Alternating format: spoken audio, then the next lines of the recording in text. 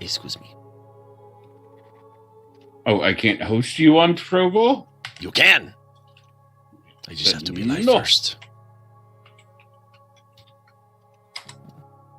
There we go.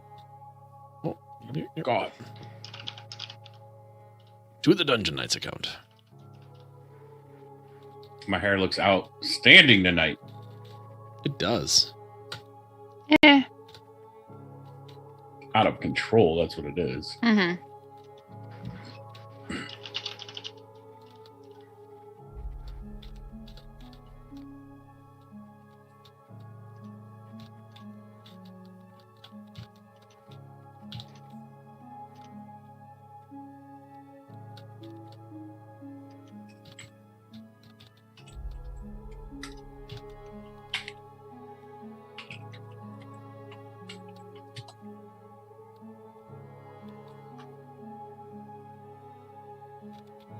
Why? What?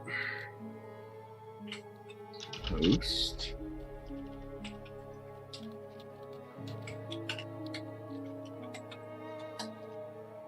There we go. Now it's hosted. Oh, steam with the musty. Boops.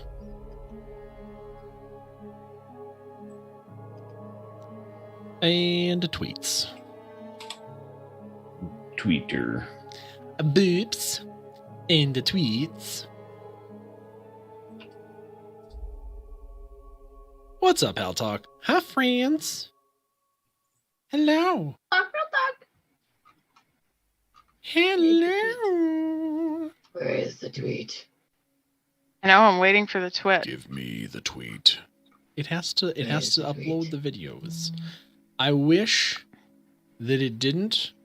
I wish that it could just very simply There is the tweet. just be there, but it should be live now. The tweet Yep, is there. it is. The Tweety Bird.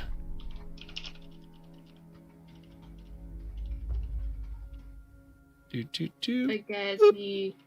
Oh no, spaghettios.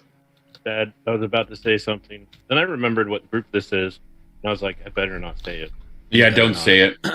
It's safer that way. Now I'm no. curious. You'll catch yourself No, in you're case. I mean, I'm in You're both not. groups, so Nope. can't be because of me.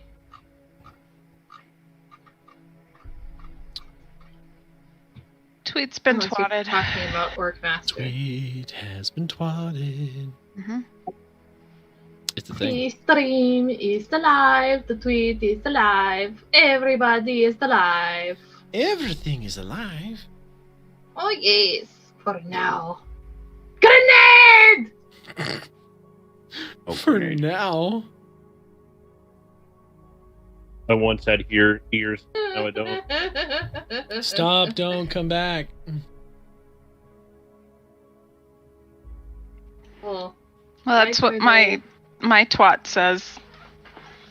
Will it go boom? Well, since she's going to make it go boom anyways, I might as well dig myself a hole. That way I at least have somewhere to hide. wait, where are you? I was just going to say, since Chica's, whenever she talks, I at times just want to be like, I really just want to throw water on her, like a gremlin, but then she just multiply. That conversation would somehow, you into getting someone wet. Everyone just Why, ignored what pirate? Mimi said. Why? Everyone just No, ignored Mimi why? I didn't say What did anything Mimi wrong. say? What did Glossing Mimi over it. say? said. Wait. I'd not dare repeat it. Wait, no, I didn't hear it. Repeat it. Oh no, we're good. Mimi, what'd you say? She just slid right into those DMs. It's just For a second there, I thought I she was said actually that- looking. I said that my twat said it. We're gonna go. Is it gonna go boom? Is it gonna go boom? Oh. Oh, your twat's going boom? Well then, that's a show. That's why my, getting them wet comment was even better. I just can't. D&D dynamite. Wait, no, I think it was a Boom. dynamite instead of a grenade. Just because it fits better. It's a song. Will it go boom? It must. I finished. Oh, so I was very excited because I finished my first audiobook today. You made an audiobook? No, Or you I listened to one? audiobook. I listened to audiobook of Oh, Dune, and Oh. it was phenomenal. Isn't Dune becoming movie soon? It is movie already and Oh. miniseries, but now will become new movie. That's And what I think thought. I think it's going to be 2 movies, which makes me really Is it excited. Dune like 60 books? No, there's like Oh. 4 books. Aren't there really 6 though? No. Oh. I just Like- feel like a friend in high school read Dune, and I just remember better? them being bigger books, but who knows? Hello, No, Peter. there's definitely a number of books, but maybe there are. It could be different What series. book is this? Dune. Oh, No, There's- I don't know. There's certainly a number of them. He wrote Oh, okay, I 5 was like sequels. 7. Yeah, 5 sequels. Okay, So 6 books Okay. in total. You're right, 100%. okay. I remember there just being a decent amount. At first, I heard her say 60, and I was like, I don't know anyone that'd probably read that whole thing. I banged Oh it. my god, no, I do. Isn't that like Is that one- isn't that the Wheel of Time? Like everybody's like, read Wheel of Time. It's so good. It's like 30 novels. It's mean- a ton, and then I think his kid or something had to finish it because he passed away. Or Try a friend. that sounds a lot like R.A. Salvatore's Drizzt series. I've read them all. Which one? So have I. Ari Salvatore. Oh well, R.A. Salvatore just makes so many books. I own like a That and bazillion from Terry just picking Brooks. them up at like used bookstores and not reading a single one of them. Salvatore. My favorite character by him is still Jarlaxle. I still think Jarlaxle is the best character he's written. I One agree better. with one of that. his books. I love Daraxel. He's who I based my first D&D character off of. Oh, Was So- Jarlaxle. I'll have to see what I can find on the Audible subscriptions. Okay, well, while we're at it, you have to read the Rhaenyra or listen to the Rhaenyra series, mainly because it's also like one of my favorite audiobooks The done what? because they just did such a really good job. But I will link it too, but it's one of my favorite series ever. Okay. I'm linking. Don't worry. Just like I've read every Tom Clancy novel that was a Tom Clancy novel, not people writing and using his property, all of his stuff. I've read them all. I actually saw those. They are I saw literally those as like some a, of the a best. promoted series. Isn't there was like a new book that just released not too long ago? I think Yeah, he he was released one working. He was yeah. working on one that somebody else had to finish when he passed away. No. The Riria Chronicles. No, yeah, no. He actually released a brand new series, yeah, but But he it's like in the same literally. universe. Oh yeah, he just finished the Legends of the First Empire. Oh, and you're then talking there's- about somebody else. Yeah, Michael J. Sullivan. So yeah, we'll have to. I'll look into that because I know I have 1 free credit, so I can try and grab one of those. Yeah. So Actually, I think Death Sweet. the Swords might be first. except for the But anyway, nonfiction. that one first. We will give it a couple more minutes for people to file in. But while we are doing that, I would be remiss if I didn't let you all know that tonight Gonna level up. depends on how you look at it. Oh my god. Sorry, I had to. No, we are going to suffer a mortal blow to the party tonight yet again. Although Estia is still technically safe and sound back in the lovely town of East Haven, with her bow, with her bow at the White Lady Inn, Tika is going to be leaving us this eve. Rit needs to step away from the game to handle the things of life and stuff, which we totally understand. But tonight's going to be her last session, so I just want to say thank you muy mucho for being a part of this and for encouraging this, because it's been a lot of fun and it definitely would not have been the same without you. That we can say for So you- certain. So you are Aw. saying that we can take all of her levels and get leveled up, right? You'll see. If you kill me. You shall see what will happen. It shall be interesting, for sure. The Knight's being nicer than I was for Tuesday. I just had her disappear. But I'm also partly afraid of that, because then somehow something would probably be left behind, and that would be like the only proof she existed. And I don't want that to be stuck with the party forever. Well, I mean, yeah, you kind of absorbed her into a stone wall. Well, him, because it was a thorn. But yeah, you kind of like had a stone wall eat thorn. So he just like gobbled him up. I have to go back. Oh, and we're like, excuse me, Mr. Deity of the Wall, you just ate our friend? Can you not? We're kind of in the middle of a hellscape here. We need our friend. Thank you. Please got over it real quick. And it was like, no. Yeah, you guys got over it real quick, and then it's like, can we have his shoes? Take his shoes, man. Take his shoes. I wasn't ready. Take his shoes. Now I'm gonna have to go listen to you guys steal my shoes. Man, last action hero moments. Take his shoes. And I mean, we got the entertainment of seeing, what's his name, Mikkel punch another god. Mikkel did punch another god, then he got punched back. He got knocked on his ass by a 1-inch punch. But then restored for extra HP that we desperately needed, so that was actually a good thing. So, moral of the story, if a deity ever wants to pimp smack you, let it happen. It could just be the thing that helps you live. Or it might not be. Note. It certainly helped him live. What's up, Wesker? It's going well. It is going well, but yes. So, Rit, thank you for helping to, 1, inspire this journey, and 2, for being a part of it for so long. It's been a hell of a lot of fun, and great to have you here. So, thank you. Thank you, guys. But that said, I think we need to get started, because we have a fortress to continue to explore. Oh my, That we do. Oh my goodness. Before we start that, once we get back to town and Tika's gone, we turn her room into a jacuzzi, right? Yes. Well, you've got enough electronics to move the water. Enough motors. Yeah, definitely do. The magical motors. But we can make the town very happy for a while, at least, by selling all those. Also, Judge Judy Slayer, thank you so much for the follow. And that's an amazing name.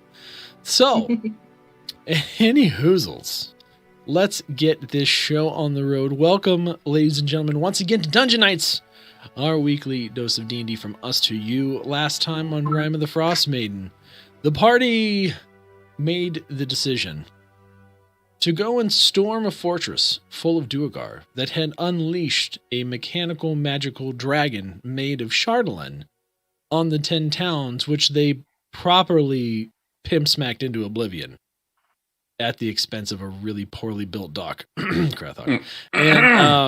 And so they're a little unhappy about this.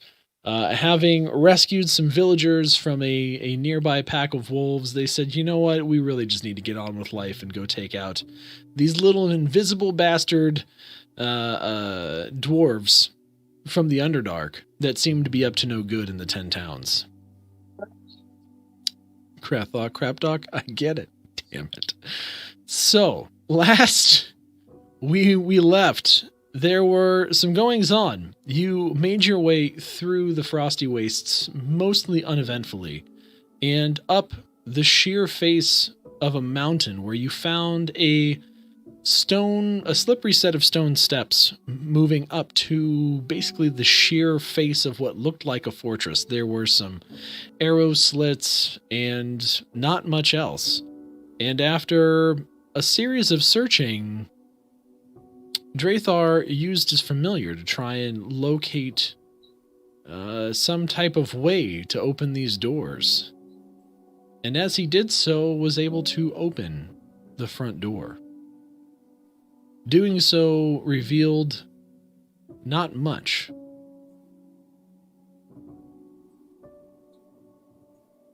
And just as Drathar was coming out of the main entrance and going to report back what he had found and what he had seen, Tika was holding a grenade in her hand. Duck! She yelled. And we are going to figure out what happens from there. So I'm just going to preface this with, no one knows that you're here, apparently. The door has opened up mysteriously, and it is all quiet on the fortress front.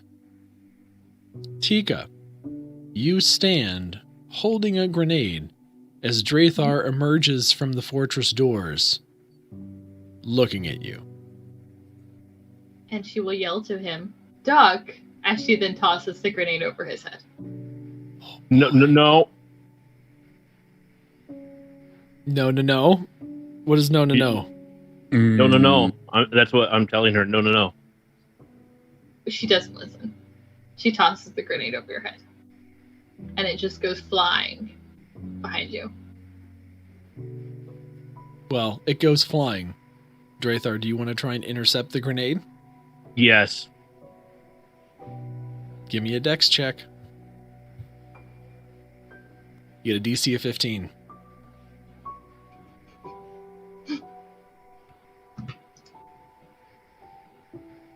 Want me to do, actually it'd be the same anyway, so it don't matter.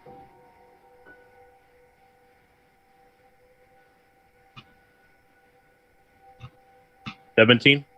That makes it. Drathar, you're able to kind of reach up in an act of desperation and grab this grenade out of the air. And now I need you to give me a strength check. No. To see how far you can throw this thing. 7. Drathar, you instinctively catch this thing and then whip it off the cliff face. You see this grenade trail off away from the cliff face. 3, 2, 1. My wife needs me to kiss her goodnight. So you guys get to wait in anticipation of what happens. Well, we get to see sparks at least in one way. Oh.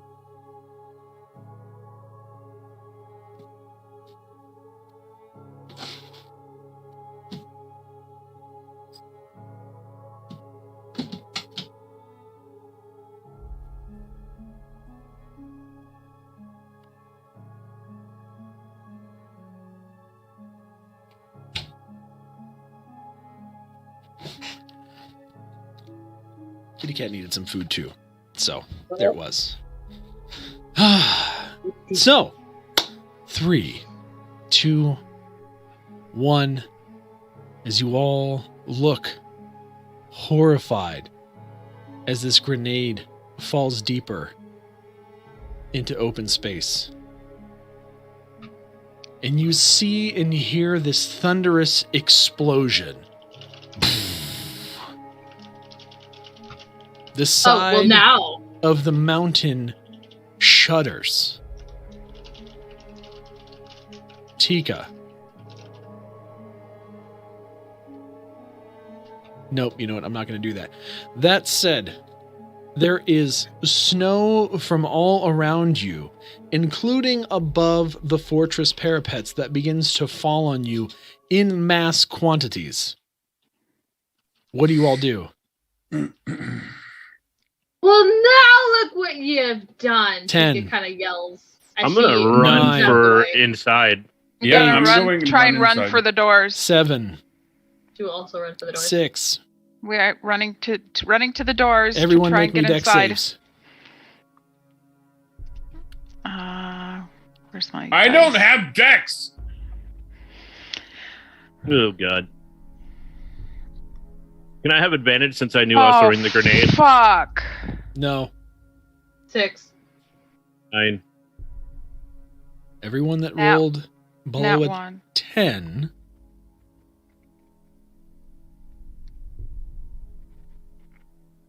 takes 1d4 of snow damage.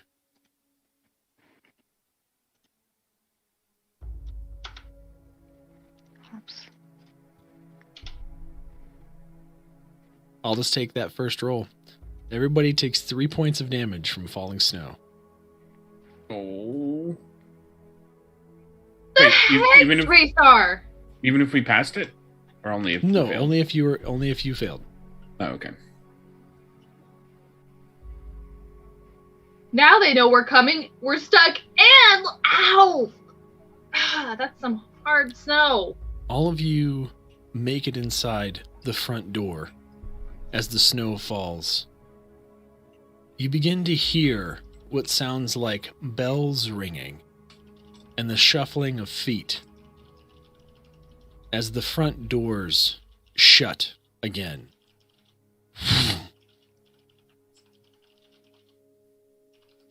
Tika will cast dancing lights, just kind of spreading lights around them.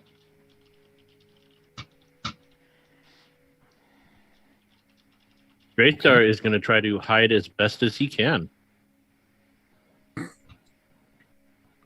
There is an open, so around you is this. You are kind of in a semi-staging area, basically a kill box within this fortress. So between the front doors is a corridor that's about 10 feet wide, and at the end of it, you can see a portcullis that is currently raised. On either sides of this portcullis, or other sides of this hallway, are arrow slits. Currently, you do not see anyone, but you can hear things moving. And instinctively, you begin to see the portcullis start to lower. What do you do? Scramble through the portcullis. I'm going to run for the portcullis. Same. Does my bat see anything? Does your bat see anything? Yes, my bat Your was bat near the came lever. back to you, didn't it?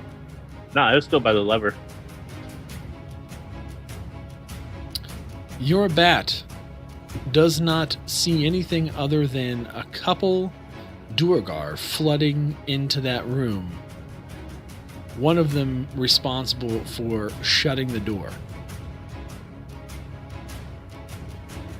Now, I need you all to make either a dexterity or acrobatics, whichever you prefer, check to get through the portcullis.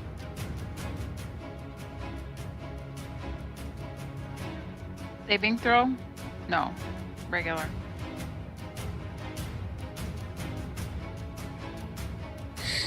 Whoa, that was a good roll for once. There's all my good rolls tonight, guys. I'm sorry. 20. I did all my good rolls throwing a grenade that didn't need to be Or Dirty 20.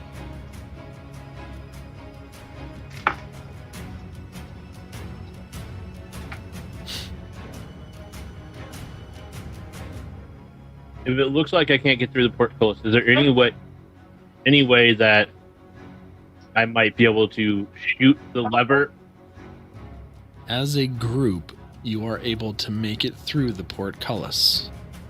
Tika and Krathok, you are able to... Tika, you kind of are behind Drathar at this point, and you kind of shove him forward as you're running through. And Krathok, you see Poppy kind of stumble and just reach with an arm, grab her, and just carry straight through the portcullis. I must have done one of those MacGyver rolls, Chuck Norris rolls, you know, underneath it. As the portcullis shuts behind you, you see kind of a long hallway down to your right with a few offshoots, and off to your left is a semi-open door that looks like it leads into some type of a holding area.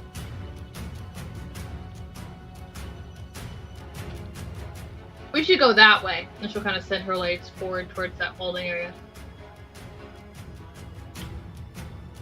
I'm going to Poppy's give trying to her- get Krathok off me. I'm going to he's give not her on you, judging eyes. He just grabbed and moved. Okay. Think of him as if he could pick you up by the waist and just walk you forwards is essentially what he's doing. He's just making sure that you get through the portcullis. Yeah, I'm trying to get him off me at this point since we're through. It's like my little legs are going in the air. Yeah, you begin to hear shuffling of feet from the nearest hallway come in your direction. Ready for battle! Run! And she'll just kind of run towards where she had thrown the light. Tika, so you can either go right down the long hallway or left into the closest room. Which way do you want to go? She's gonna go into the closest room. Just kind of throw open the door. Tika, as you kick open the door and advance inside, you spot a Duergar looking through the arrow slits to see if anyone was caught in the portcullis.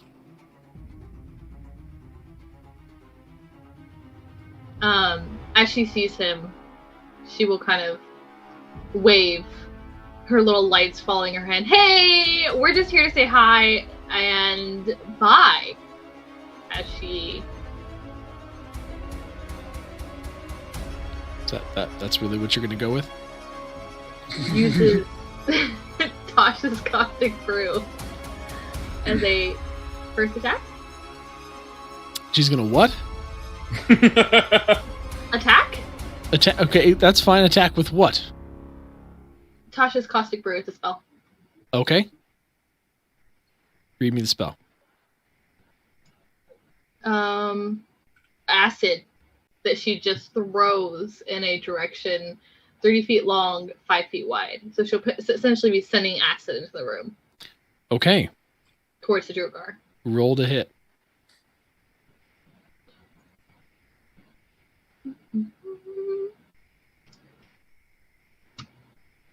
That is not to hit. Hey, you know what? Yes, you are correct. I thought it would roll the 21st.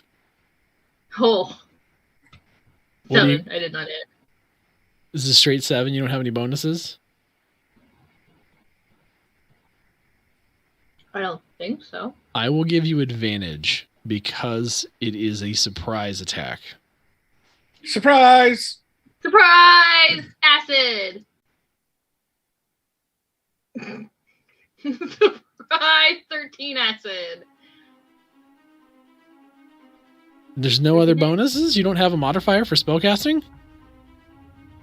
I'm like having like a blonde moment.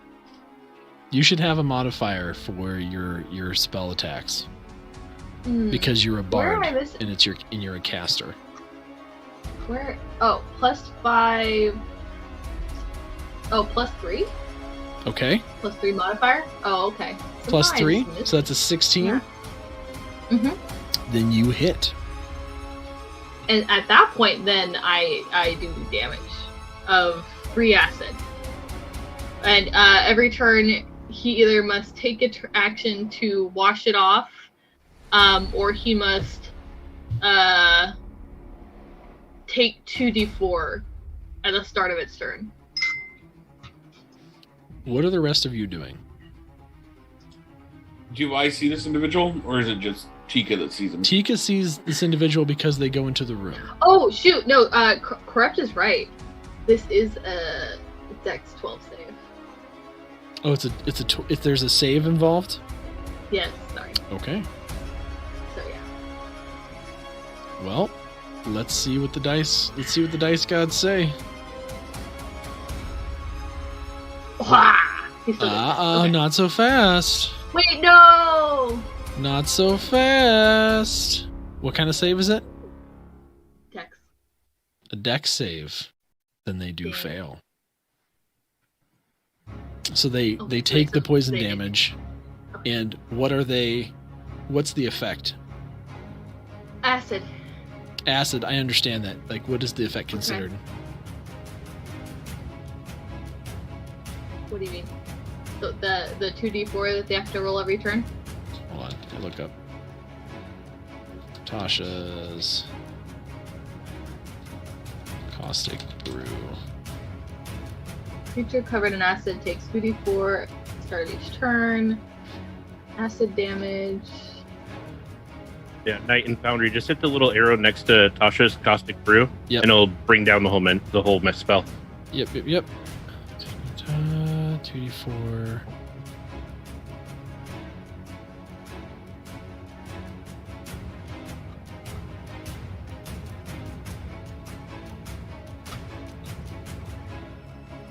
Okay. What level are you casting this at? Do you only have second Just level one. spells? Just to first level. Okay. What are the rest of you doing? I'm going to follow Tika into the room because, yeah, Same. somebody's got to save her ass. Drathar, what are you doing?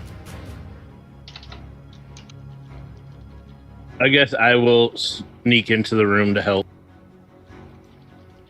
All right, so Krathok, then Poppy, then Drathar. Krathok, you run in to see Tika basically just stream this green liquid from her hands that covers this kind of half-illuminescent Duergar. Is he within striking distance? You can get there, yes. All right. I'm going to swing my Warhammer at his dome skillets. At the dome skillet. That'll hit. For fucking 13. Let's go. You only have one attack, or do you have two attacks? I have one attack, but no, yeah, I have one attack unless I use Divine Smite because I'm two-handing this Warhammer. Okay. So you crack the dome pretty damn hard, and you see this Duergar fall to the ground covered in acid. Poppy, you walk in or stumble in past Krathok, seeing him utterly annihilate this thing on the floor, but it doesn't appear to be done yet, as you see it kind of try to push itself back up. Firebolt. All right.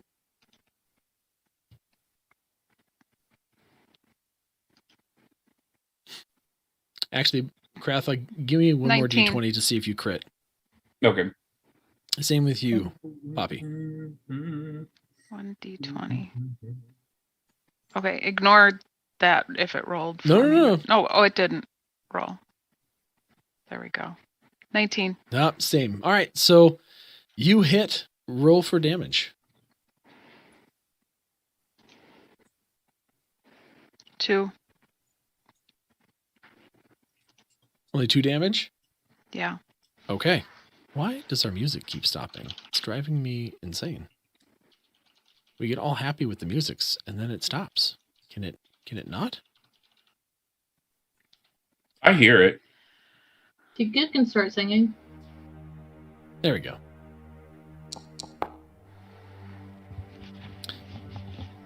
All right, Drathar, you follow Poppy and see her cast Firebolt. So now we have a flaming acid-covered, dented Duergar that doesn't appear to be done yet.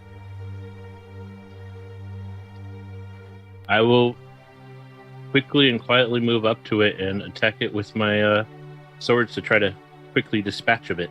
Okay.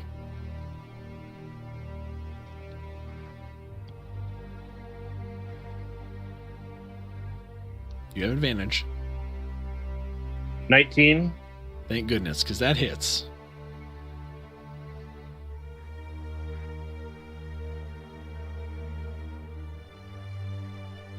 For 10 damage. Which are you using? That's my scimitar.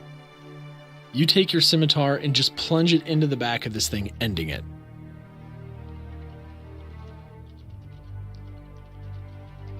The doors are half open currently.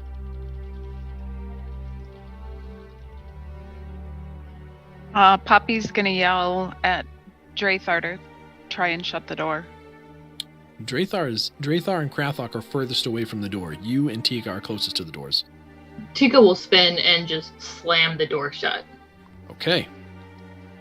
Tika, you shut the doors to see a decent number of Duergar, not invisible, running down the hallway.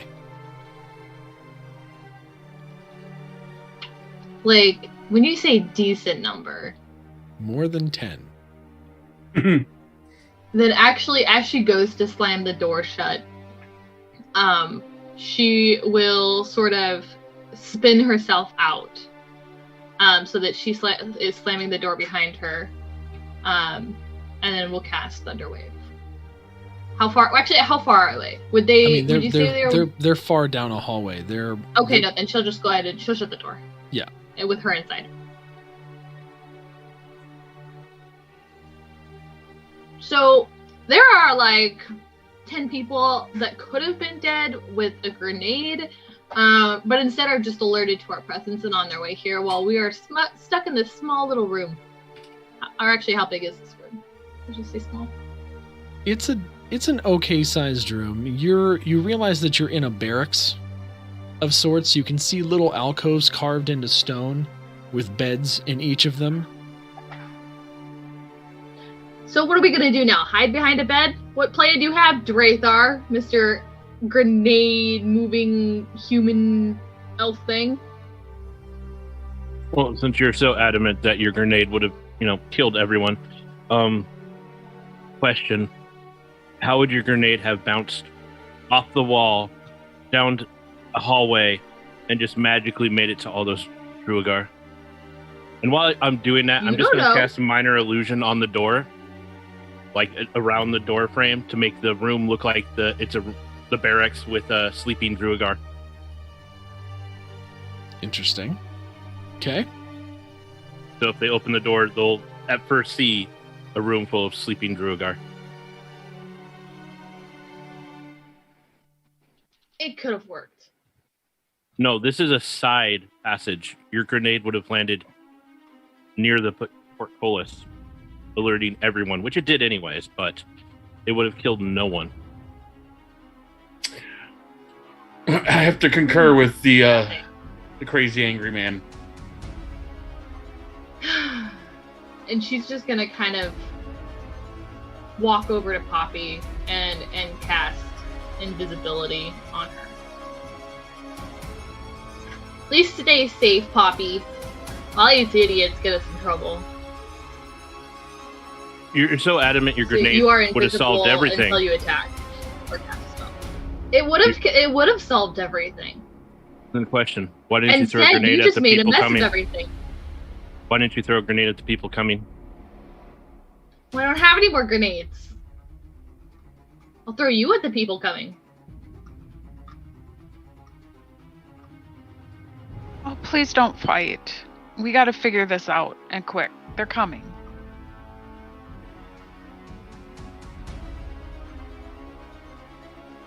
I am going to cast Disguise Self on myself and make myself look like a Duergar. Okay. Yeah, I wish I could do that.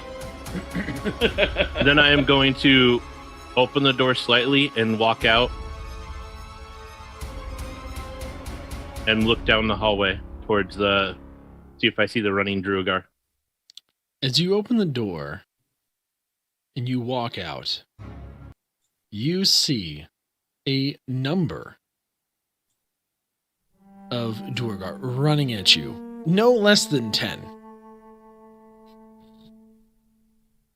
And as they come running at you, you hear them shouting. Do you understand Dwarven?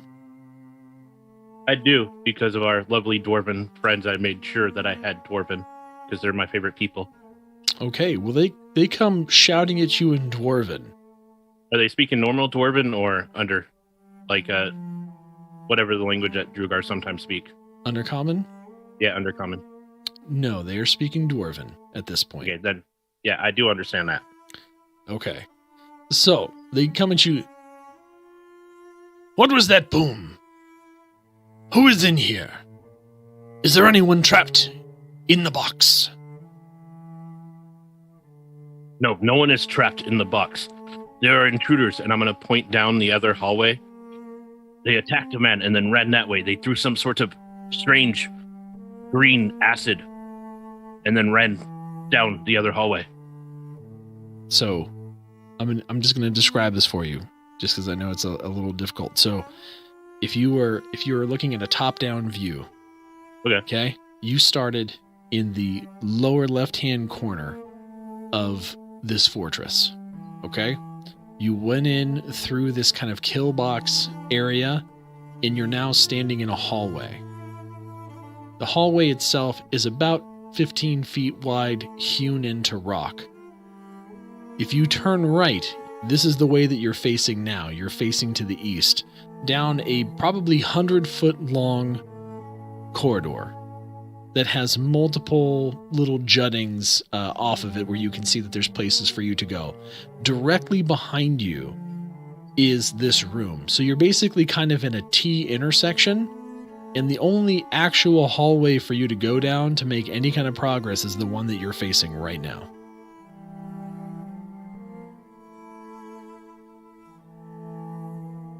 So you're essentially kind of trapped in the room that you're in. Okay, then I will tell them that no one is trapped in the box. They escaped. They are planning to attack. They killed one of our brothers. Where'd they go?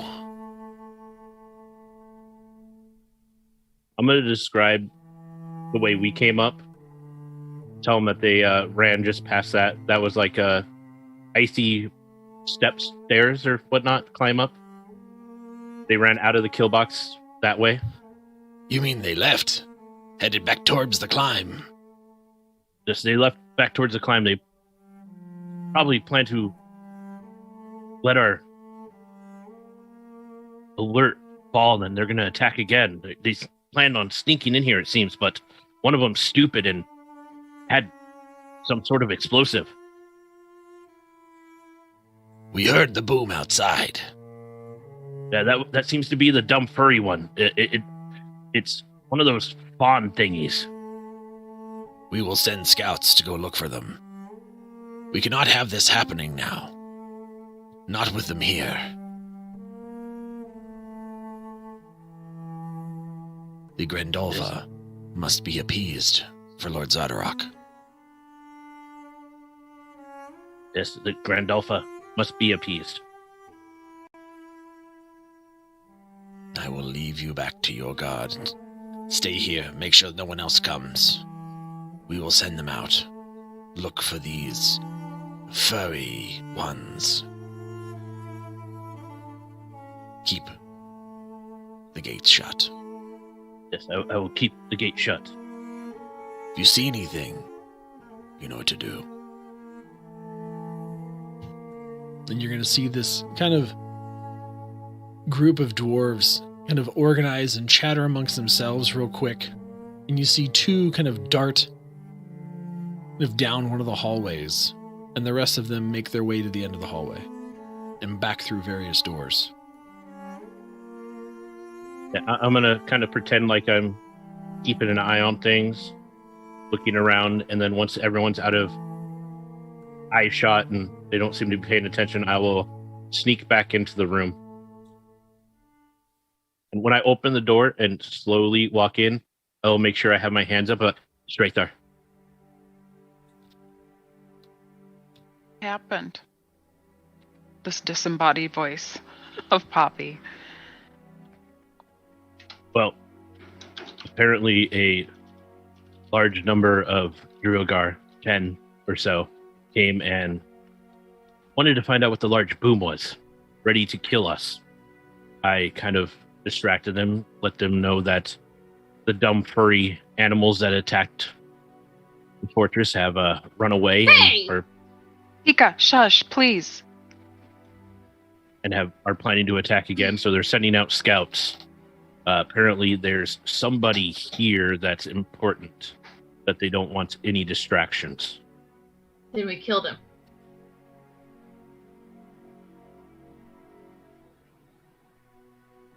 Well, we've got to figure this out first before we just say we're going to go kill something. Draethar has now gotten them away from us for the moment, so at least we may have a couple minutes to try and figure out our next steps. Then we should move forward and kill them. If it's important to them, we should kill them. Well, we don't know where it is. Tika, There's you one got a map direction of to this go. place? I do know we have one direction back where they came. How about any of the, hallways that might go off of that or doorways? We just go door to door and be like, hi. And kill. Tika, give me a D20 roll. Yes, sir. 8. So Tika, you feel kind of instinctively as Drathar goads you with this, that there's something kind of off about one of the walls in the room. You can't explain how you know this, but you know. So kind of like, as she's getting frustrated, look around the room, and something kind of catches her eye, and so she walks over to it, and kind of places her hand upon it. Do you want me to roll perception or anything? Yeah, go ahead and give me a perception roll.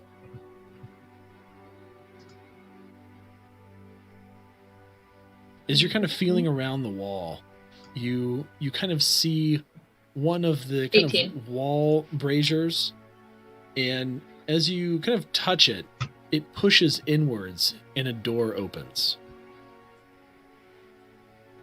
She'll kind of just like see that it's sort of different and like look at the others and then roll her eyes and just kind of push it in. The door opening. Here you go. I've got a map.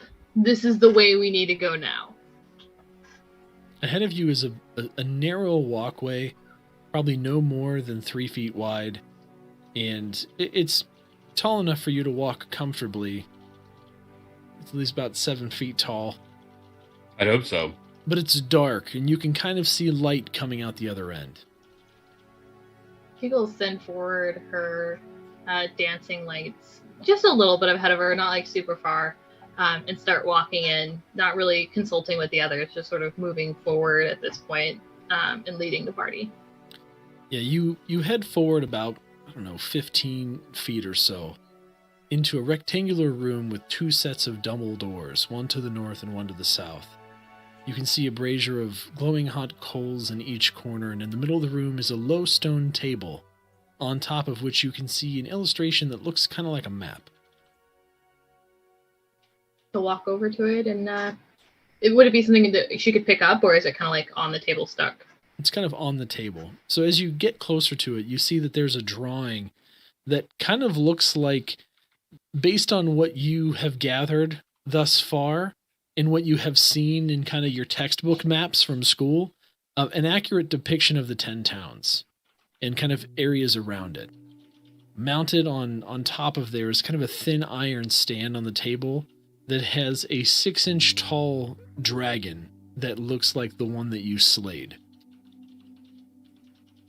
Looks like our friend here, the dragon. And a map. We've seen this. The dragon that you wanted to hug? He was a nice friend. And I did hug him. You can see that this figurine, Tika, is kind of attached to an iron rod that has a path around all the 10 towns on the map. So isn't like that's the path it took, or? It looks like that would be a path that it could take across all the 10 towns, starting with Dugan's Hole. What do you think this means? I mean, the dragon's dead, but path is still here.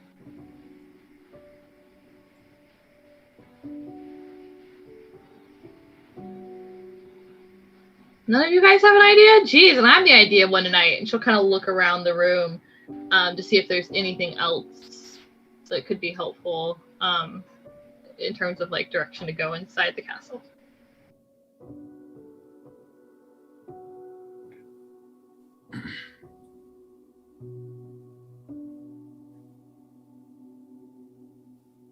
trying to think What? I'm trying to think of what the path could mean. Like I'm. Go ahead and give me a perception check. All right. Gotta move this. Perception. Where's my perception? There it is. Would Tika be able to pick up the dragon? Yeah, I don't know what any of that means. Yep, totally. Anybody else want to try perception in here? I'll try. I'll try as well. Yeah, I don't know much either. I'm just 18. still shook up. Drathar, as Poppy and Krathok kind of look around the table and are trying to kind of ascertain how this could all play together, Drathok, you notice a small lever on one of the sides of the table, and as you flip it, the kind of dragon illuminates, and you see its wings outstretch as it goes in a kind of a mechanical flying motion. And you can see that the statue itself seems to be actually made of Phandalin, for one. And two, you can see that the dragon then flies in a pattern around the 10 towns on a little track, almost like, an RC car track when you're a kid, just kind of going round and around. That's what this dragon is doing. And you can see that it kind of has a small, like, ethereal fire each town that it crosses over. I think this was what they planned for the dragon to do. Take this path and destroy the 10 towns. Didn't work very well, did it? It Definitely almost did worked. It almost worked. If we just went and hugged it, I'm sure it probably would have worked even better.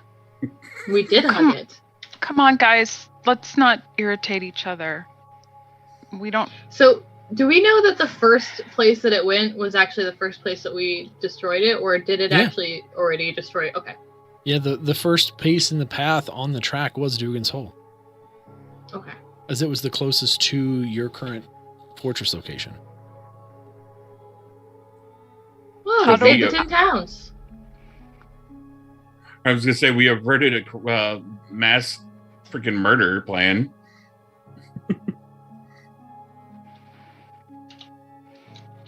And again, Well- for everyone, just as a refresher, there are double doors to your north and south. Well, they did succeed at murdering your crap doc. Look, I'm a fighter, not a builder. This hammer is for crushing skulls, not nails. Not my fault. And Tika, yes, as it flies around kind of multiple times, you are able to reach out and pick it up. And she does. She just kind of picks it up and holds on to it as she moves over to one of the double doors and just kind of casually starts to listen in to see if she can hear anything on the other side. Give me a Wanna perception do check. Perception? Are you to the doors to the north or the south? The north. Yeah, you don't really hear anything. And then she'll just kind of casually walk to the other one, and see if she can hear anything out there. You The kind of ones hear to the soft south. footsteps pass initially, Woo! but then it goes quiet afterwards. 20. Almost like it sounds like there's maybe two sets of feet kind of moving in a patrol-like manner down the hallway. And she'll kind of listen to them for a second to sort of figure out what the pattern is. I mean, there's and then only turn to one the option others. for them to be. They're just kind of up and down the hallway. True. Well, to see how quickly are they're moving in sort of the direction. Just kind of stand there a second, sort of like rubbing the dragon in her hand and listening, and then she'll turn to the others and say that there's a patrol out there that we could potentially surprise if we move at the right timing, but there are people. I didn't hear anybody out the other door, though. Or Duergar. Oh. Consider them people. Potentially Duergar. Sound like Duergar. Who knows what they are. Remind But we me, could kill them. Were we able to convince the wolves to meet us up here? They said they might. They never agreed. Okay, I was just wondering.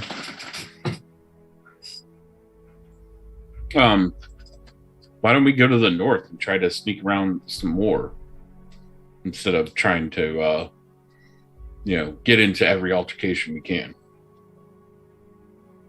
Or we could get rid of these two so we don't have to worry about them in the future. And at that point, she'll kind of put the dragon statue in her bag. Krathik, do you want to go to the north? I'm voting north, but it's a group decision, so. I vote north. Same. Fine. All right. Take will follow.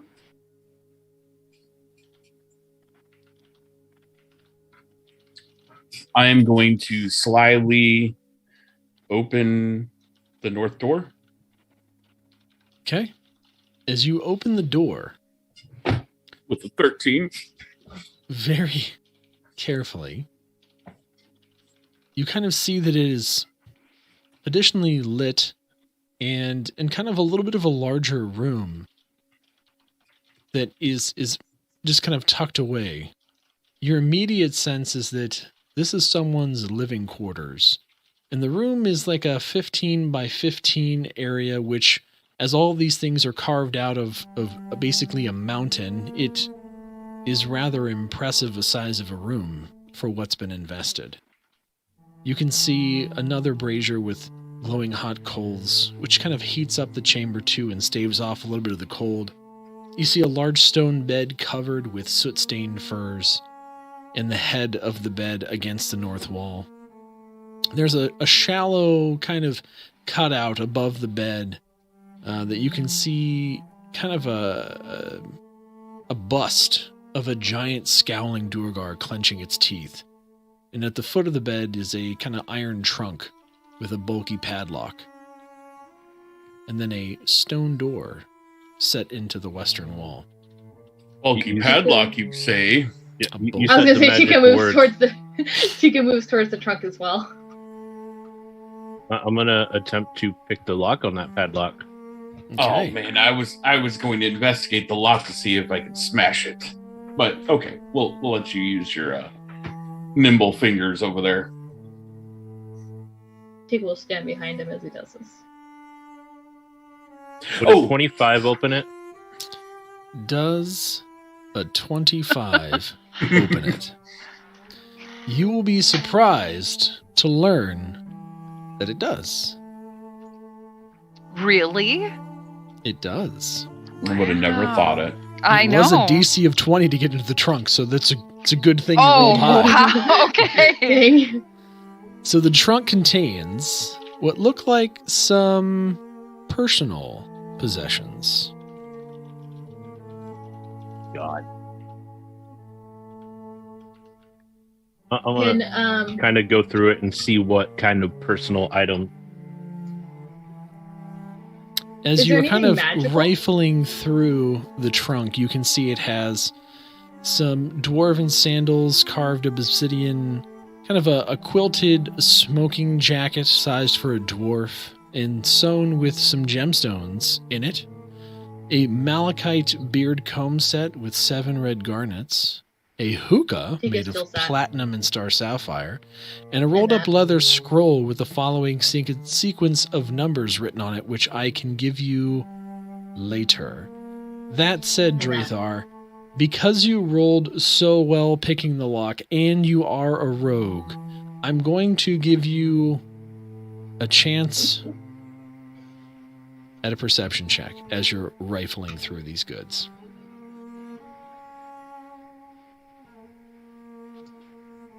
$16. Drathar, as you are moving these items around trying to look in, you can feel that the bottom of this trunk is shifting around as you do so. You get the sense that there might be something nefarious associated with this chest.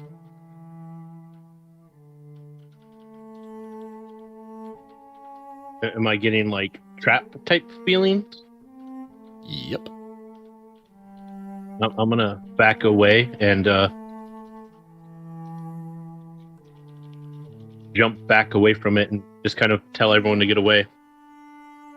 Tika will have like her hand. hand. Investigate it further before you just back away, because nothing happens as of right now. Tika will kind of look at you with her hand outstretched, and then would it be possible to use identify if she put her hand over it? Identify does magic stuff. If it is magnified or magic induced objects, you learn the properties and how to use it. Whether you can or try. That would be more of like an item. Okay. You can certainly try. Did that roll? Oh, no. Roll? No? Do I need a roll? No, you don't. Oh. Okay. Well then, yeah, I guess I use identify. Yeah, it just uses one of your spell slots and it automatically goes off. Yep. Oh, okay. You don't identify anything magical about the chest. She will pull out her knife and start peeling at the edge of the bottom and try to just like pull it up. As you do so, it's going to get further away as he sees her pull out a knife.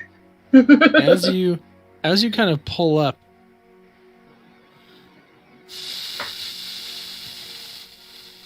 Tika, greed is bad. You notice that the trunk is bolted to the floor as you're continuing to investigate it.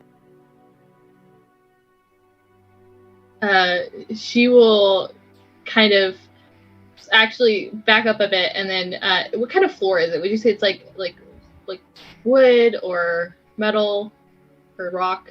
Probably rock, since everything's been cut out of the mountain.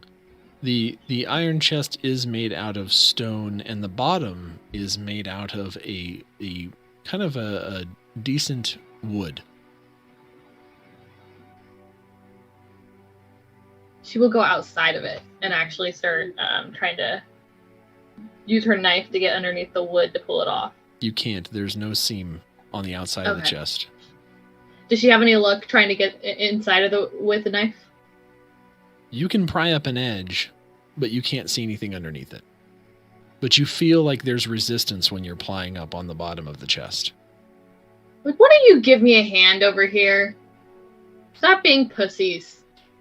I mean, if you want to set off the trap, that's your choice, Tika. She'll kind of grab How about you investigate along with Tika? I'll investigate.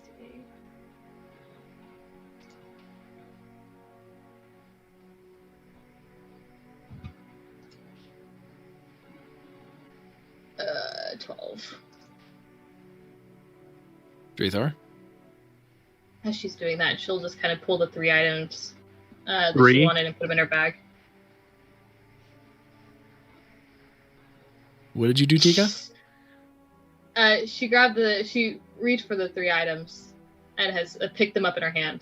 As you take all the items out of the chest, the bust of the gnome at the head of the bed opens its mouth. You hear a lock on the door, and the room begins to fill with poisonous gas.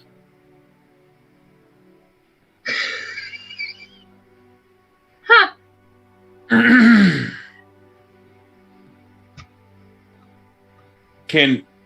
Do we know where the gas is coming from? Yeah, it's coming from the bust at the head of the bed. Damn it. Really? One of the items was a leather scroll, correct? Mm-hmm. How big is the hole that the gas is coming in through? The room is filling up quickly with gas. Would she have any luck if she like immediately moved forward and grabbed like the blanket off the bed and just kind of covered it, kind of like sort of almost slowing down the gas through the blankets so it's not like directly in the air? I am going to take... Wait, I got to make sure I have it. Hold on. Just to buy a little bit of time. I'm going to take my water skin and try to cover the bust. How big is this bust again? Is it small? It's like roughly this the big? size of a dwarf head. Yeah. So, I put the blankets on top, you put the water skin over it to lock down the blankets. I mean, that would stop the gas for a few seconds. While they're doing this, I'm going to investigate, see if I can see anything that I might be able to use my thieves' tools on to turn off this trap, to disable it. Duergar, I will let you attempt to disarm this trap. So here's how this is going to go down. Okay?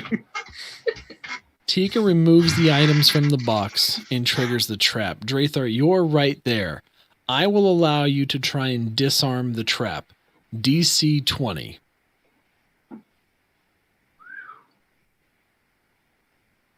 Yay. In the meantime, Can I yell at him? meantime, How about a 24? Duergar, you're able to swiftly move in, hearing the sound of the trap triggering. As Tika removes the last item from the box, and you shove your hand down to push the bottom of the box down.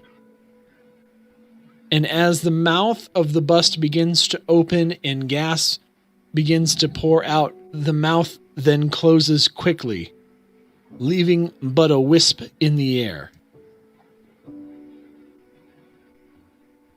I need everyone in the room still to make a Constitution saving throw for me. I do have advantage. 20. 20. Oh wait, would this be a spell? Actually, I don't know. No, it's just Constitution. Just pure guess? 20. Okay. I 2. I take some damage. So Tika, you are going to take 4 poison damage, as it's almost like the poison makes its way right to you. Almost like it knows. And everyone else, you take no damage. You are safe from the poison. While I'm holding it down, I am just going to glare at Tika. Since you're so greedy, Tika, and you want those personal items of whoever lives here, this seems to be a pressure plate. So you need to leave something behind. I can leave you behind, and she'll take the items that she stole and or that she has in her hand and just toss them back in.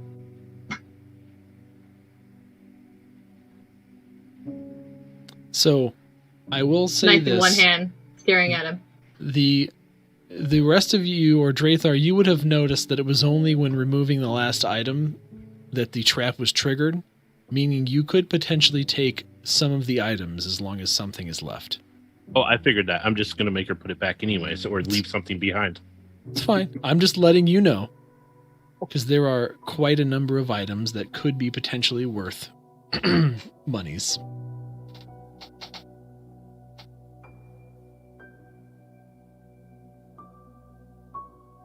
Now that the trap is disabled for the moment, unless someone, gets greedy again, how about we look around the rest of the room and see what else is here? Hopefully no more traps. Tika, first of all, how long is the invisibility for? It's an hour. Yeah, I think it's an hour. Okay, so Yeah.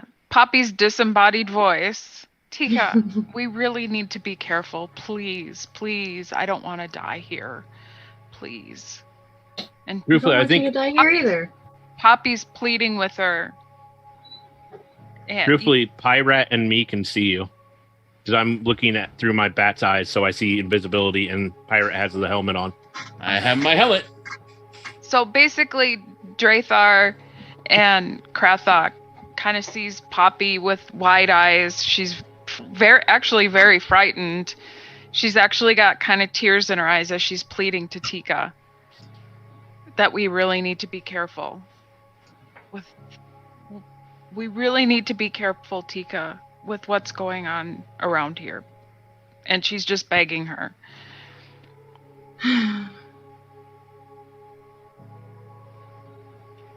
She just kind of turns to the chest and pulls out the leather wrapped piece and looks at the numbers.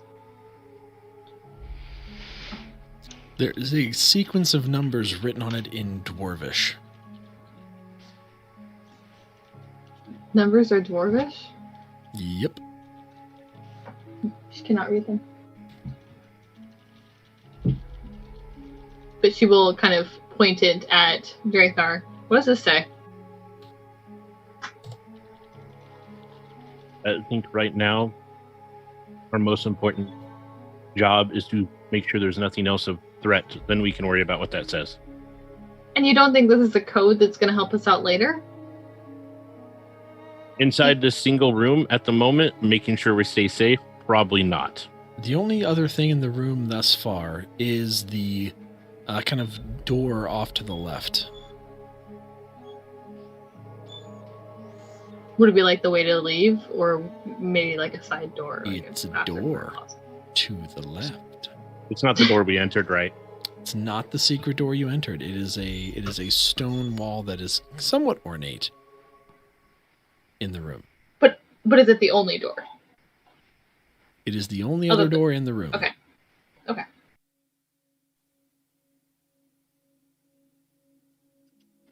Drathar is going to go over to the door and just quietly try to open it and peer outside. So You opening roar this eyes. door, Drathar, opens into a closet that looks like it's been, I don't know, made into some kind of shrine. It's got a 2-foot-tall statuette that appears to be made of PHANDALIN. It depicts a nude female Duergar that's faceless, with a spiked crown atop a bald head. And then stacked on smaller shelves around it are 7 kind of interesting-looking skulls. What's so interesting about them? You'll need to give me an intelligence check. It'll be a religion check.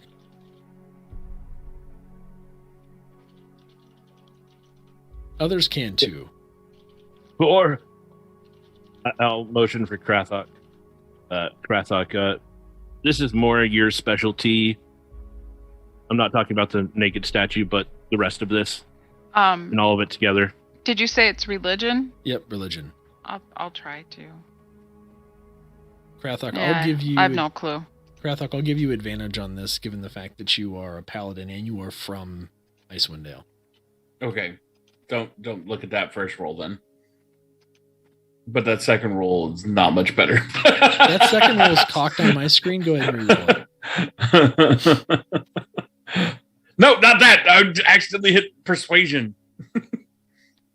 Yeah, we're not going well. What's your bonus? +2.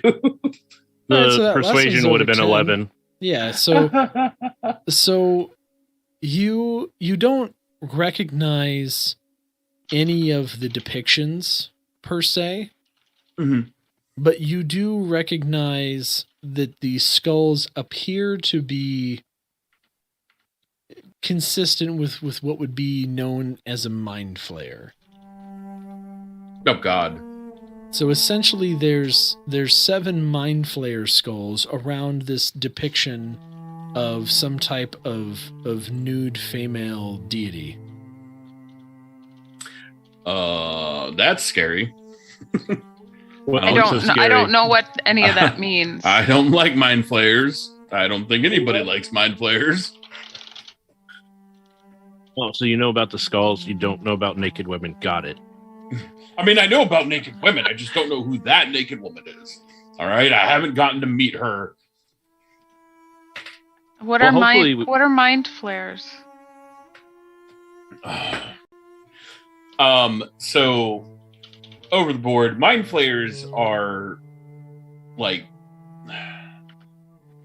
Cthulhu, yeah, tentacle What? face, they suck out your brain. they're psychic and they eat brains.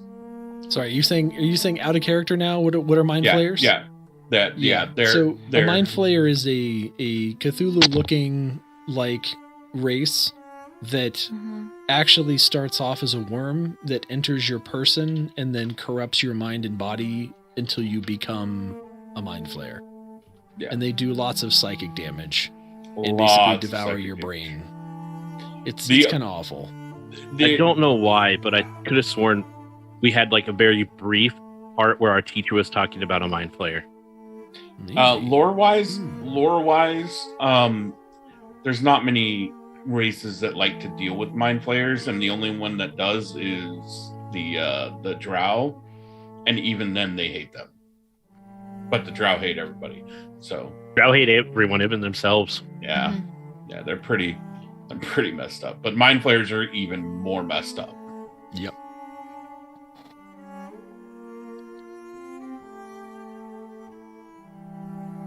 So yeah, I don't know who the naked lady is, but those are definitely mind flayer skulls, and I don't appreciate mind flayers.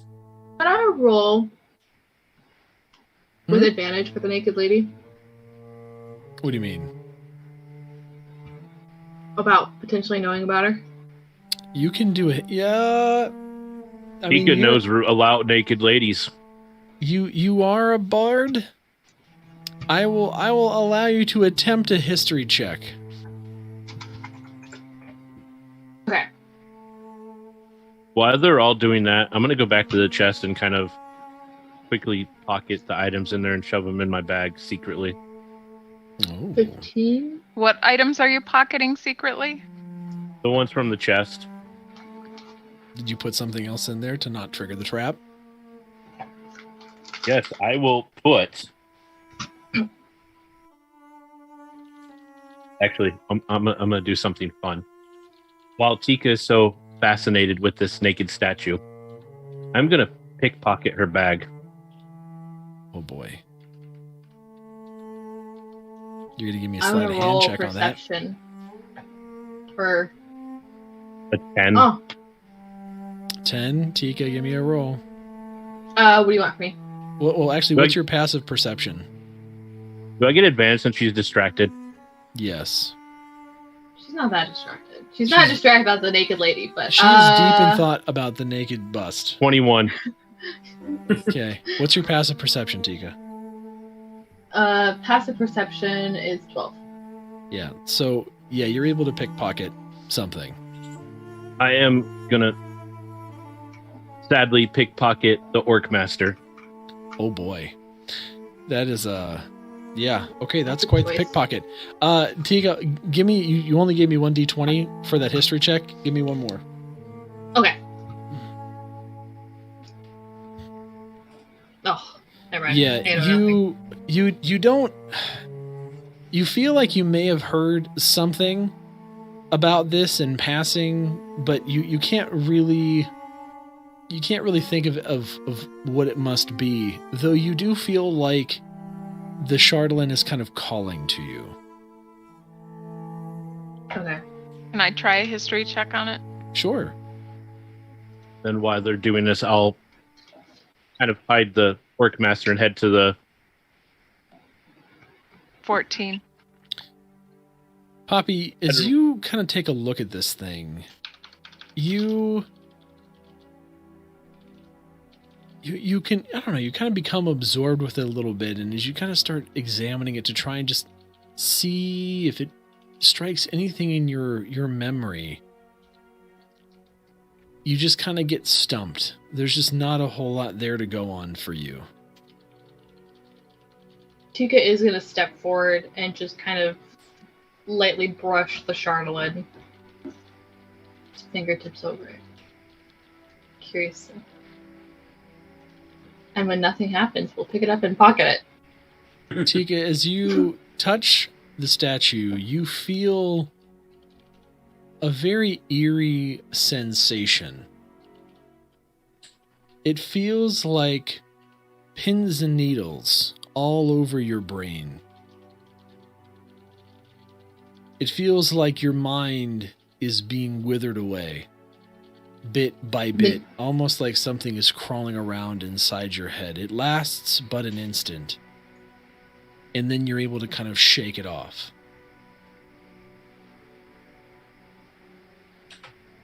Okay. She won't say anything. As you lift it She'll up, just you kinda see step a back. key underneath the statue. She will grab the key and put it in her pocket with the Chardalin. Okay. Would I see Tika finding the Yes. key? Yes, you would. Tika, what was that? Chardalin. No, what was the other thing that you put in your pocket? A shard of Chardalin. No, it didn't look like that either. Tika, please, what was it?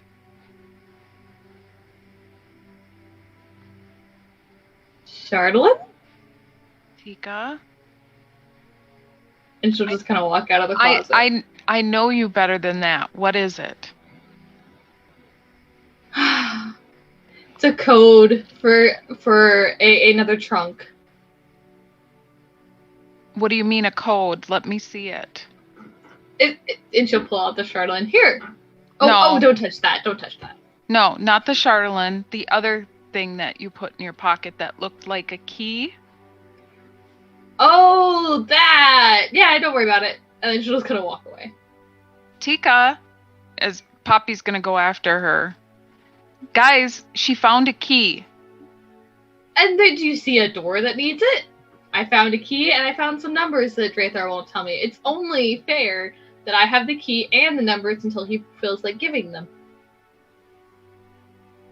Technically, I'm Wait the a one that found the minute! numbers. And she'll start digging through her bag.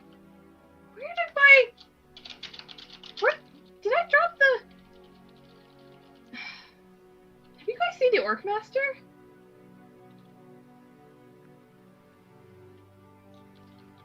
Wait, the Orc Master? You dropped the Orc Master? Apparently it's not in my bag anymore. Maybe you dropped it when we were scrambling in after your grenade. Maybe the Maybe. Duergar found it. Thinking Well, that's what went boom. It is large. It'll definitely make probably something go boom. Yeah?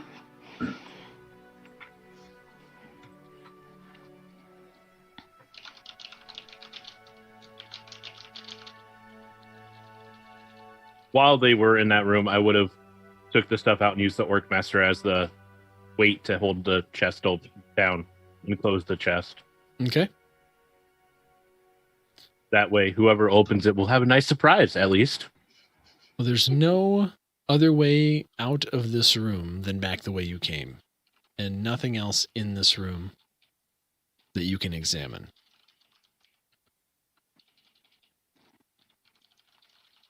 So we'll lead the way back to where they came. Yes, we Opening should leave the and find our other paths to take and find out where this key that Tika is so adamant about pocketing it goes to. Guess we'll have to kill those two guards now. So we'll say you make your way back down to the southern doors in this kind of war room area.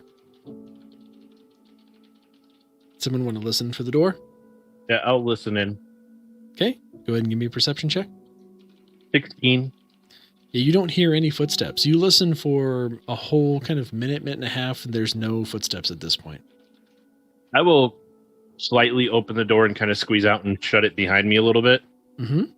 and look down. If there's just like one way or if there's multiple ways, I'll just look down all the... So there's a path directly across from you, and then there's the long hallway that goes down.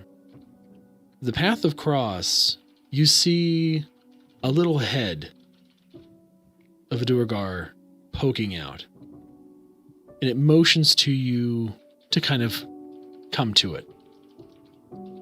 To you, this is this Duergar looks familiar. I will go towards it. You make I your will, way across the hallway. Are you going to let anybody else know?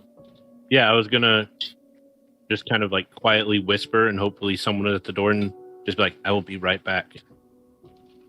Chico will be at the door kind of listening, so she will get this. So as you make your way across, the Duergar kind of comes to you and carries you into this room that you can see is one of the rooms that actually looks outside and is the room that has the control in it to open the front door.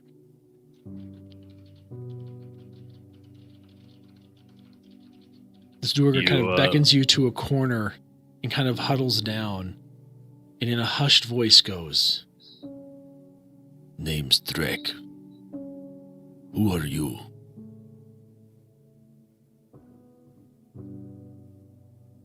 The Wraith. Fair enough, Wraith. Why have you come here? Do you come to kill Zardarak, Sunblight?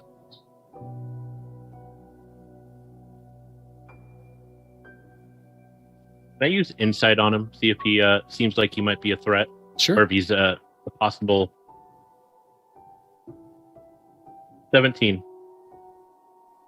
You see that he is inquisitive of nature and does not seem to be trying to trick you at all.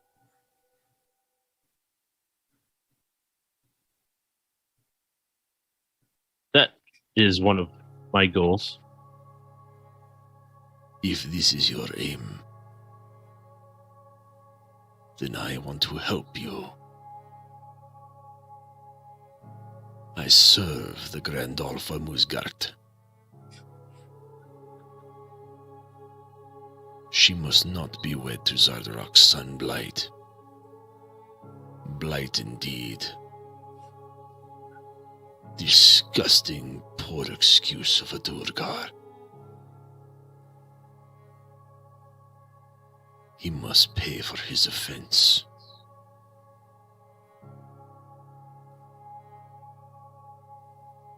I will help you in this if you are here to do the deed.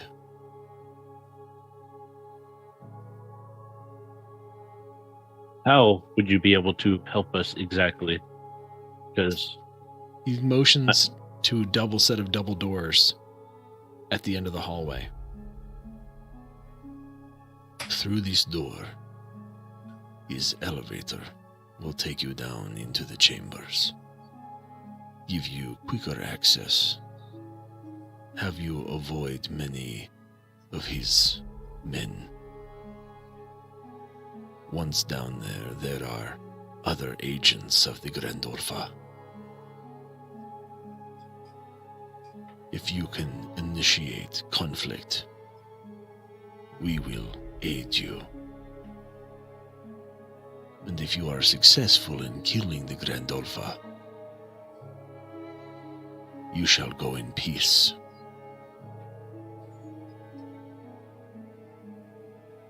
And we shall return to the Underdark where we belong.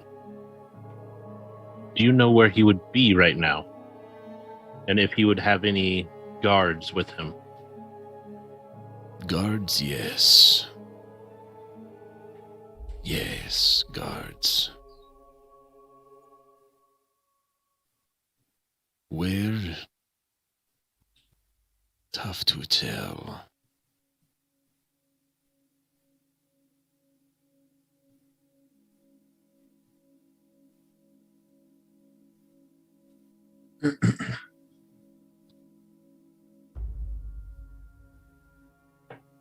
Do you think you could talk to your lady? If we can guarantee her safety, perhaps get her to somehow summon him.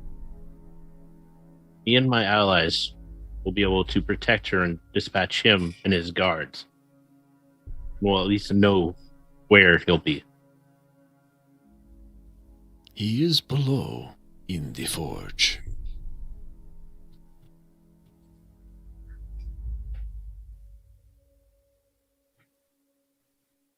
There is a throne room there.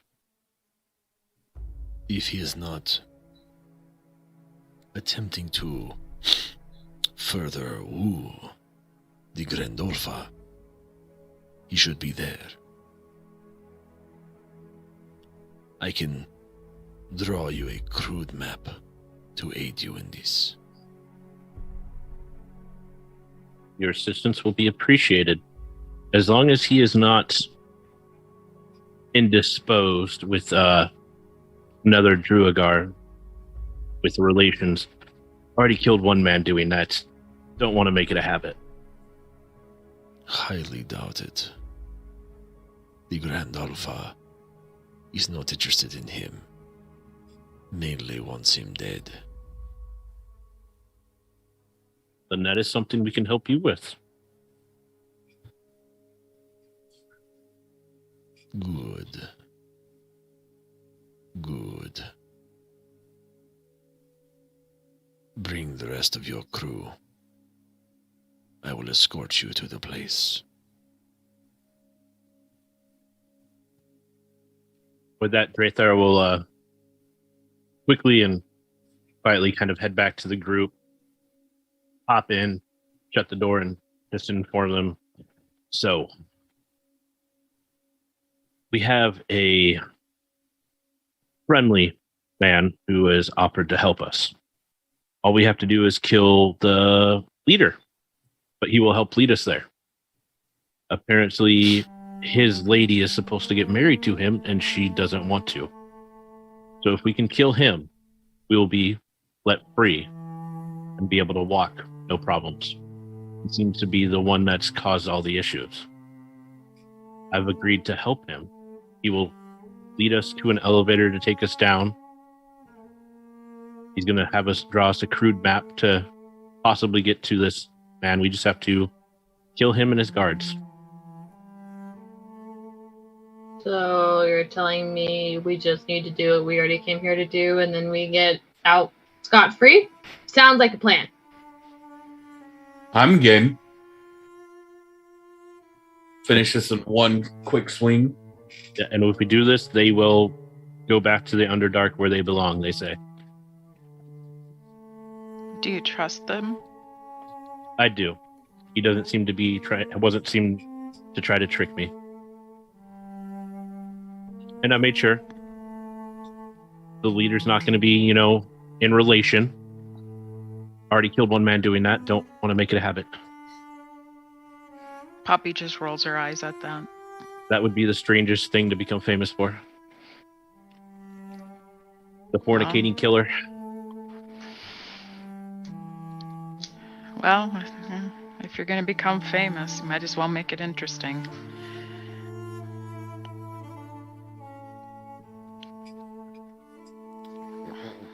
So he wants us to return to him, and then he'll lead us to the elevator and take us down.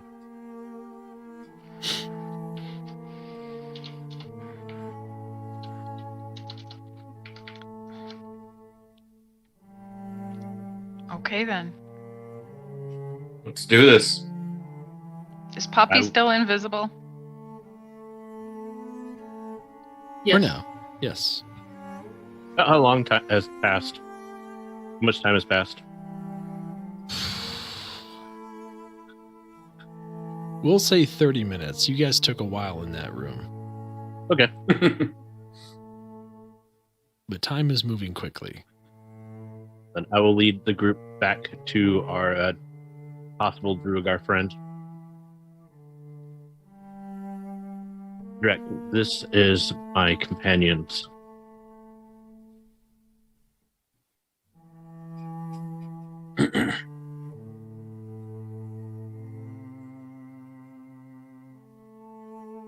Welcome.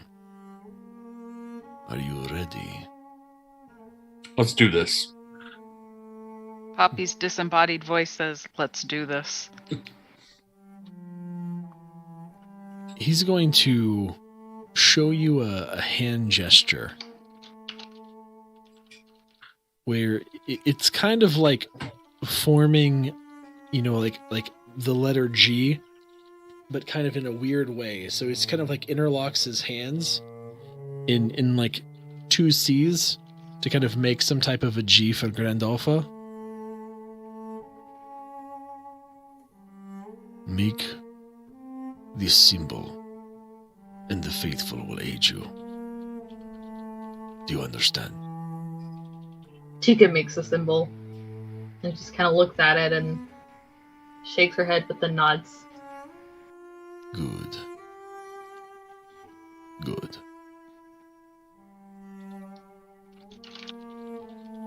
This way. And he's going to kind of take you into this room.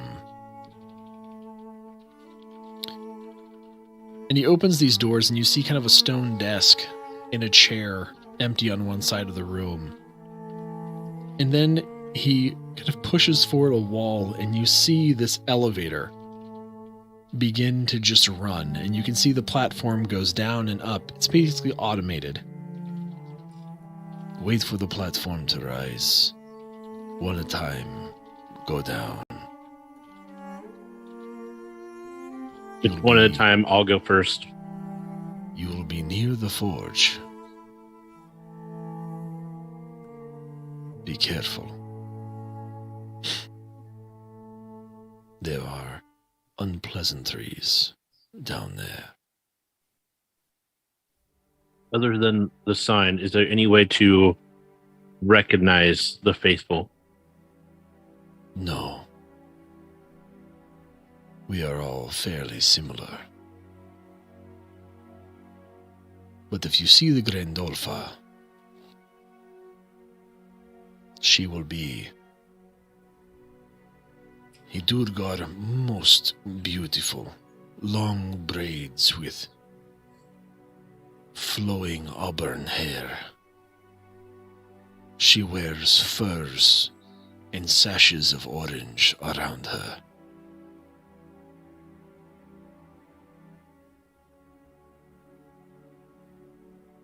I am sure we'll have a hard time missing her. She seems to be an exquisite beauty, is how you describe her. I sense you are mocking. No, Beauty I is in eye of beholder. no, I am not mocking. I mean, I would choose her over Furry right now. Well, Rathar, now's not the time. Oh, I wasn't talking about Tika, but hey,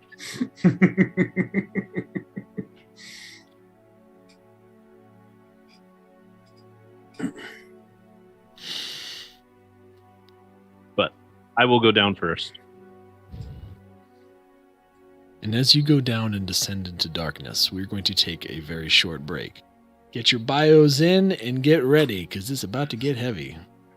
About to get heavy. About to get heavy. Somebody's about to die.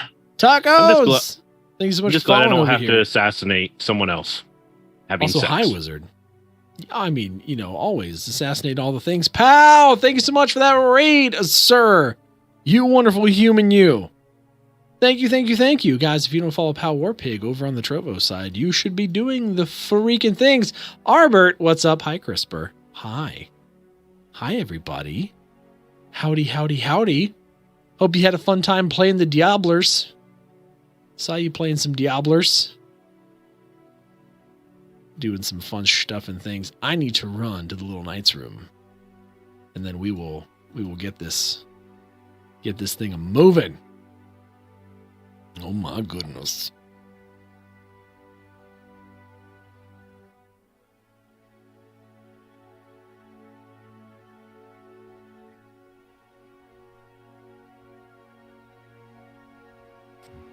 I like how y'all are convinced Tika's about to die. Elizabeth! Elizabeth! No, at this point, I'm pretty sure Tika's going to try to steal something and disappear.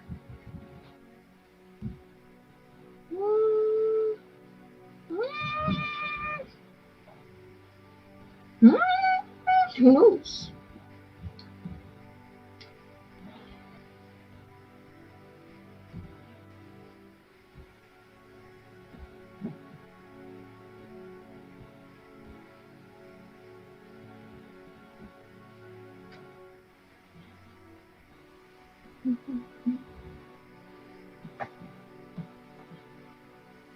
What's everybody doing?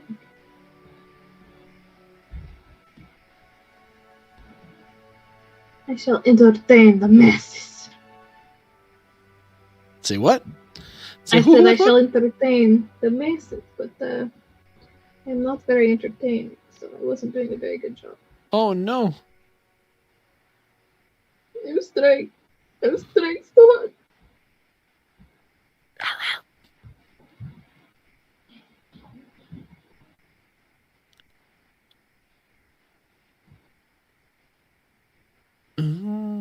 Okay.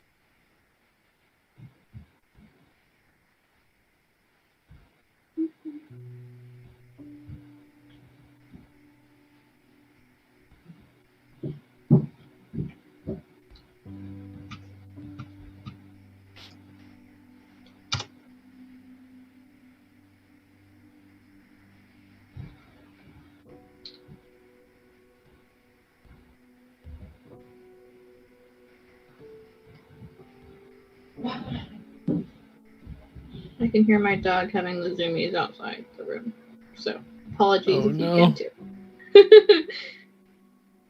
I hear her going crazy. She has a great habit of having zoomies at 9 o'clock. 9 o'clock zoomies. Yeah, it's very consistent. Very consistent 9 o'clock zoomies. Night, I've been enjoying watching the cat behind you with the tail in I the know. air. Oh, Alice. Yeah. Yeah. Alice keeps like walking to the left. She's to the just right. she's just hanging out. She's doing her thing. Here, He wants to be on show too. I can make it so. There she is. Alice! Kitty. Aw, back at the bed. Aw. It's Kitty. She is This cat. She is. Kitty. I've been Uh-oh. thinking about getting another cat. She sits in furry bed made of fur. I love the little cat door though. It's always my favorite. Yeah. I know, it's so Yep. good. Because she kept wanting to go out and kept scratching the door to go out, scratch the door to go in. I was like, I'm just going to cut a hole in the door. I don't care. I'm done with this madness. I can't take it anymore. Hi, Bree. Enjoy your lurks. We're gonna get a Can't kitty. take it anymore. So it's fun. But guys, if you're over on Trovo's side and you have not followed Pow, do the things. And if you're hanging over from Pow's Raid, welcome to Dungeon Nytes. This is a weekly D&D show. We got Rime of the Frostmaiden campaign on Monday nights. We have the Sword of Phandalin on Saturday nights. Two completely different casts and campaigns, both amazing in their own right. It's a lot of fun. Currently, we are storming a dark dwarven fortress in the hopes of assassinating the leader, and are now being aided by an inside man who wants to see this leader dead in service to his Grandolfa, Don't we all? which is basically a dark dwarven princess. I want to be a dark dwarf. Yeah, that thing. I mean, do you though? Maybe. Do you though? Do I not? I Yes. mean,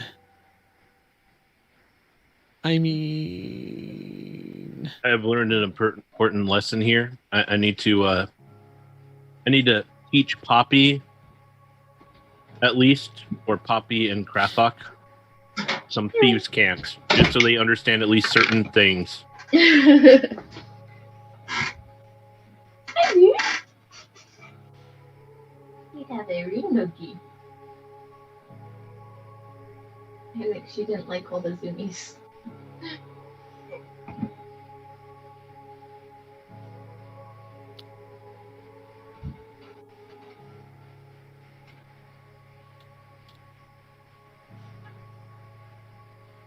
okay.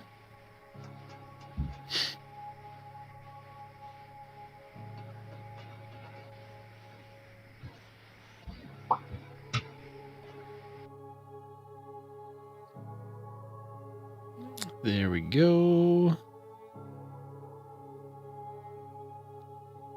I'm just making sure all the things are ready for you. Mm.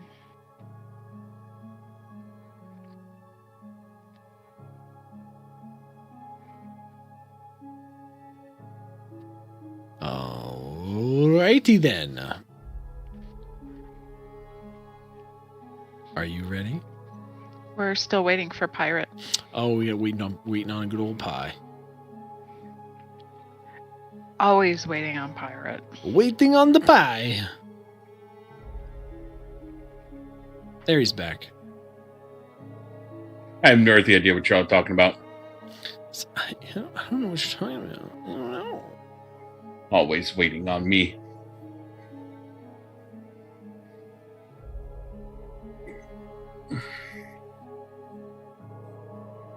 All right, let me double check. One more thing. Okay. Drathar, as you descend down this elevator shaft, you begin to hear various sounds of kind of hammering. You feel kind of heat down here. Oh no. Oh no, indeed. ¿Cómo? I think we're back. I think it Yeah, just you're back. hiccuped. It was like, We just hiccuped. We're good. Everything It looks- everything is still good. Everything's still good everywhere. We're okay. okay, it froze for me, so I had to refresh, and it was fine. Yep. It's fine. We're good. Yep. Whew. Yeah, All good right. then. So you kind of lower yourself into this room, hearing again kind of distant sounds of forging. There's it's kind of a interesting but benign room, and at the bottom is just a large stone wheel that just constantly turns, powering this elevator. You see doors to your left and a wall to your front and to your right.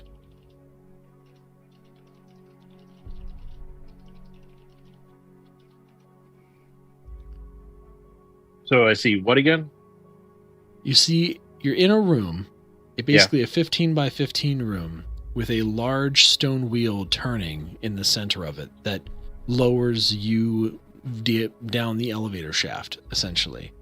To the right side of the room is just a stone wall. To the front, ahead of you, is just a stone wall, but to the left, there are a set of double doors leading to somewhere. I will move up towards the double doors and look through them while waiting for the rest of the party to kind of come down. So, as you're doing that, everyone else, what order are you coming down? I'll come down second. I'll go down last since I'm still invisible. Okay. So, Krathok, you come down. Tika, you come down, and then Poppy, you follow last. Drathar, you're kind of huddled by this door. You want to do a perception check? Yeah. Lost my mouse for a second. 8. You can't hear anything.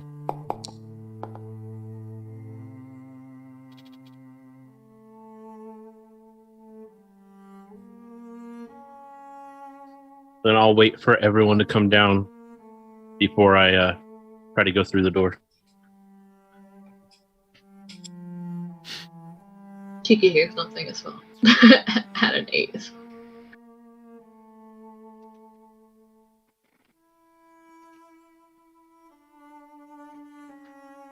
You just going to go through the door?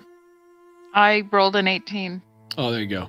Poppy, you kind of push them aside and listen, and you hear the sound of some voices in the next room. Poppy just kind of motion, well, she can't be seen, but she says as quiet as she can, there's talking in the other room.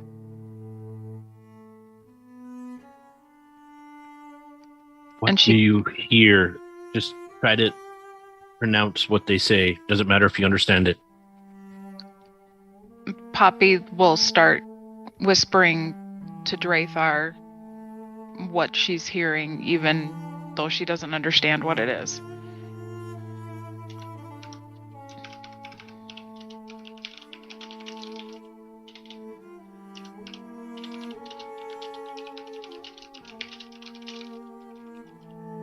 So you're making your way in? No? Didn't you hear what I said? No, I apologize. I kind of whispered very quietly that I heard voices in the other room.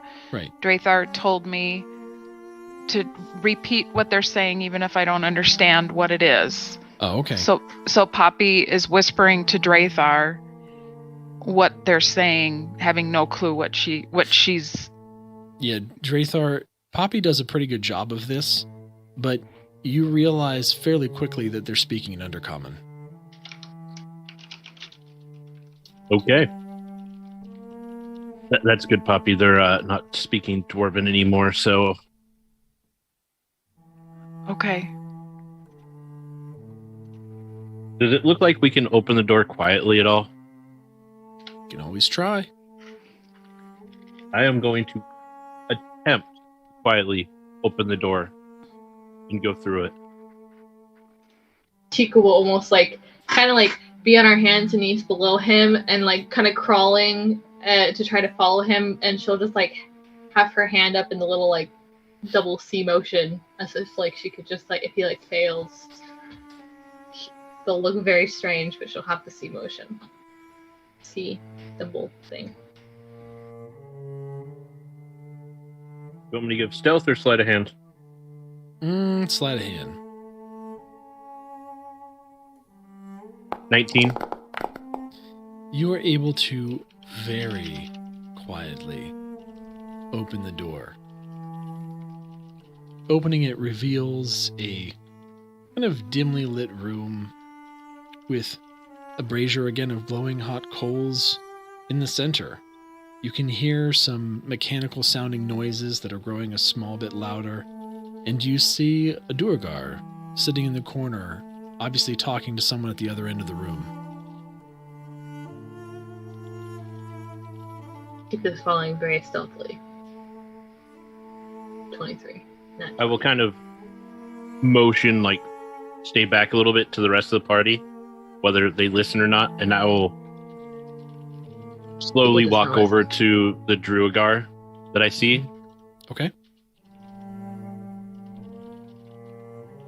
And the whole time when I get over there, I'll kind of be holding my hands across my stomach in that sign, kind of like I'm just resting them there.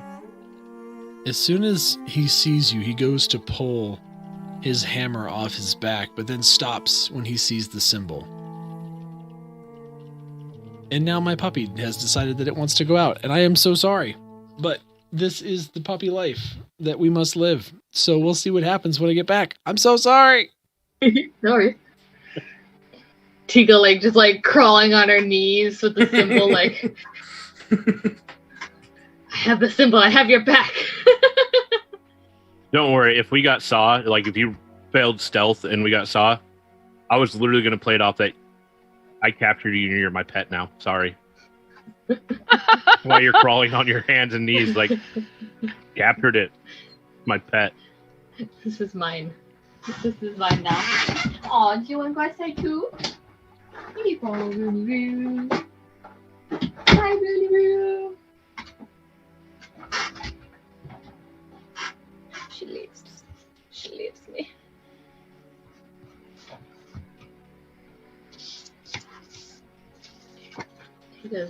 He gets X or get not. TK gives no Fs. She just does what she does.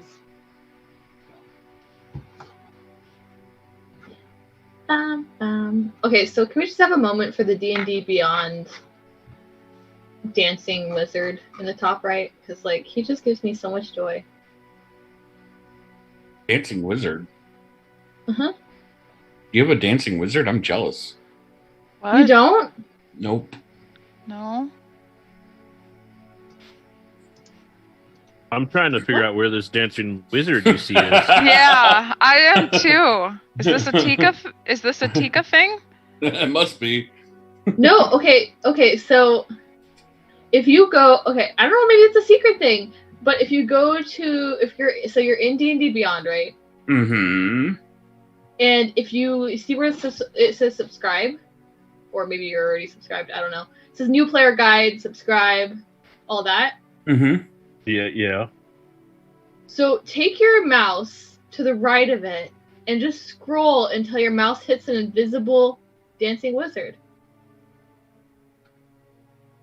It'll be right above the anvil. Oh, yep, I see it. Easter egg, you're welcome. Oh, there he is. Oh, okay. Yeah, so there's a dancing wizard in D&D Beyond. He's a little secret party time wizard. He's like he glows and changes colors and sings, and it's What amazing. does? I was giving everybody an Easter egg Oh no. of I'm D&D glad Beyond. Elminster's having fun now. What's having fun? Have you ever seen the dancing wizard in D&D Beyond? Yes. Yeah, I was teaching them the dancing wizard in D&D Beyond. Oh yeah.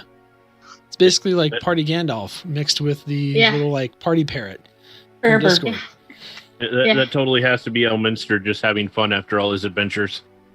All right. Back on RBS. Nah. I know. Ready? No, just kidding. All right. Ready. So, this Duergar sees you. His eyes grow big as he speaks to you in what you assume to be undercommon.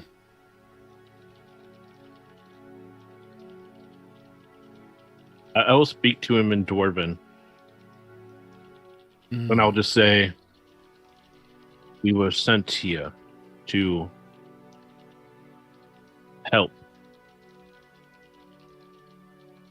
Who sent you? Direct. Drek. What a scoundrel. He found outsiders come to do his bidding. Then that must mean that you are here to end the reign of Zadrak Sunblight. That is the plan. And he makes the symbol, well, we serve the Grand Alpha. And you look and you see that there's another Duergar in the opposite corner that has his hammer kind of in his hand, but seems to be relaxing and kind of crossing his arms and leaning back against the wall. He is in the other room, along with his entertainment. What do you plan to do? What kind of entertainment? It's a very interesting plant-like creature.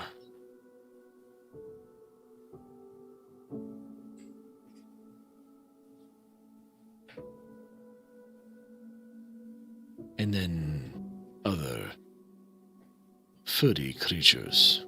How familiar are you with creatures of the Underdark?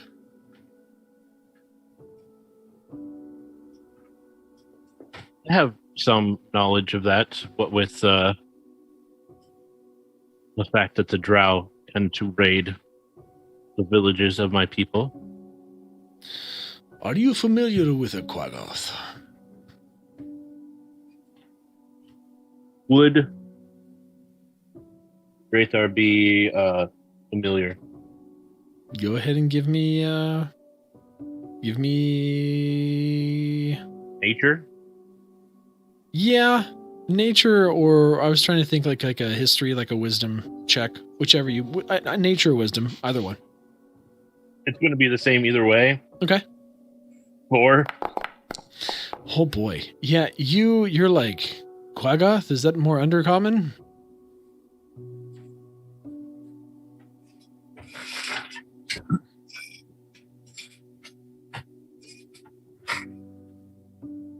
I don't seem to know what a Quaggoth is.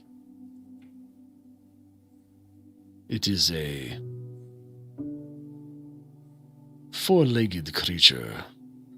Are you familiar with werewolf? Yes, that I am familiar with.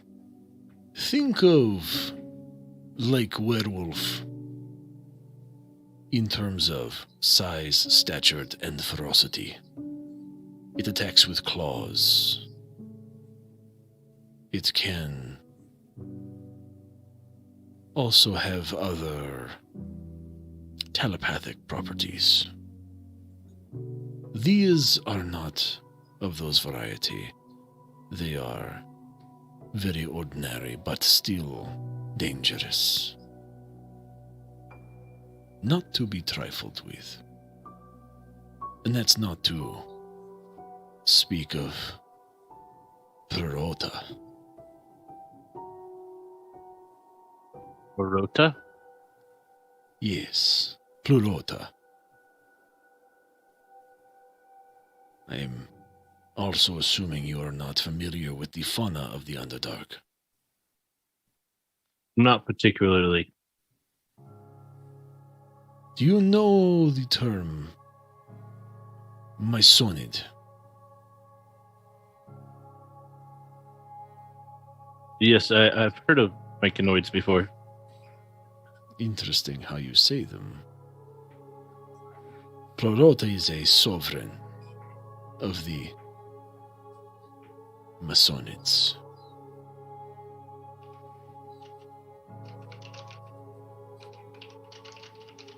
Well, She hopefully- uses her spores to infect the Quagoth and turn them into useful tools for Zardarok. Do you know how many are in there? Last count was 4?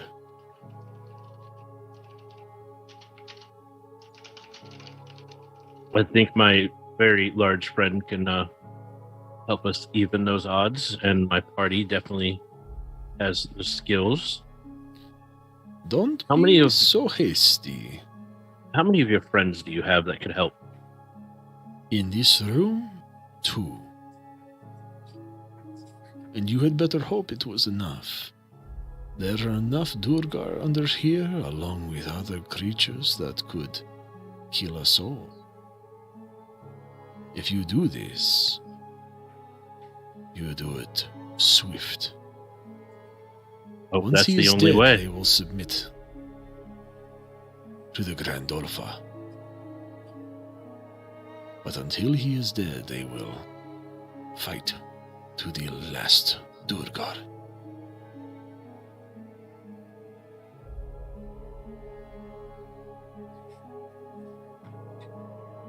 Let me call my friends over here. I have an To idea. have many.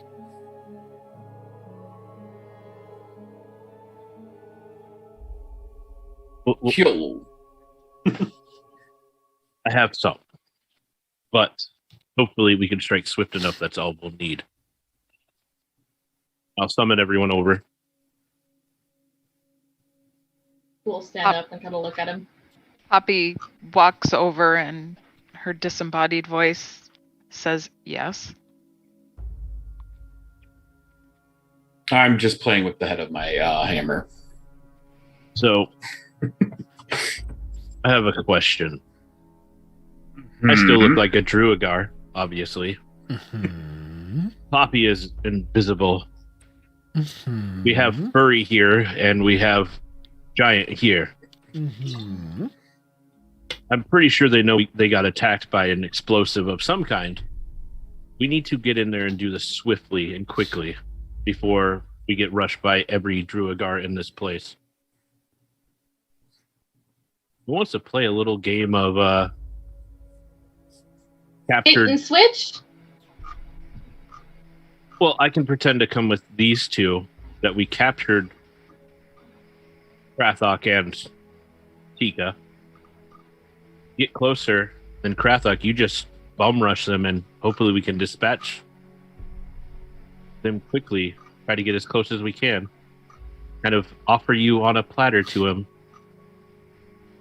The old infiltrate the Death Star plan. I got it. What is a Death Star? We can assist in this plan. That should at least get us hopefully closer. How close do you want to get? His throne is just on the other side of that door. If I can get right next to him, even better. Through this door, face the east. You will be within sword's length of Zadrak on his throne.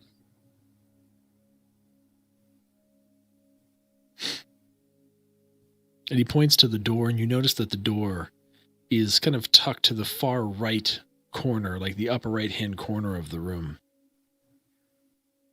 So this must be some type of an antechamber off of the throne room.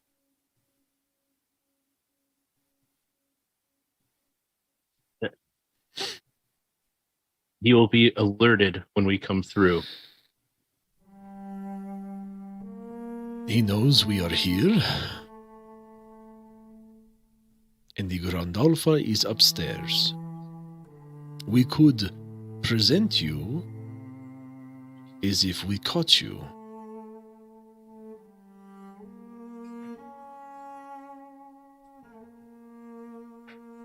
We could either do that, or they could take you guys in. Me and Poppy could stealth in and try to get behind him or next to him. What do you think, Krathok? I like it. I'm down. Draethar, I'm not that stealthy. You're invisible. Just don't trip and make a lot of noise and you'll be fine. Poppy just glares at crap fuck. So Tika gets to be the walking carpet. Right? The what? Did you just call them? That sounds like a plan to me. All right.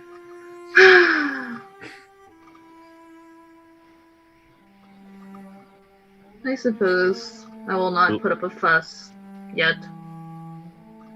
We'll have them lead you guys in as if they captured you as part of the party that invaded, and me and Poppy will sneak in and try to get closer.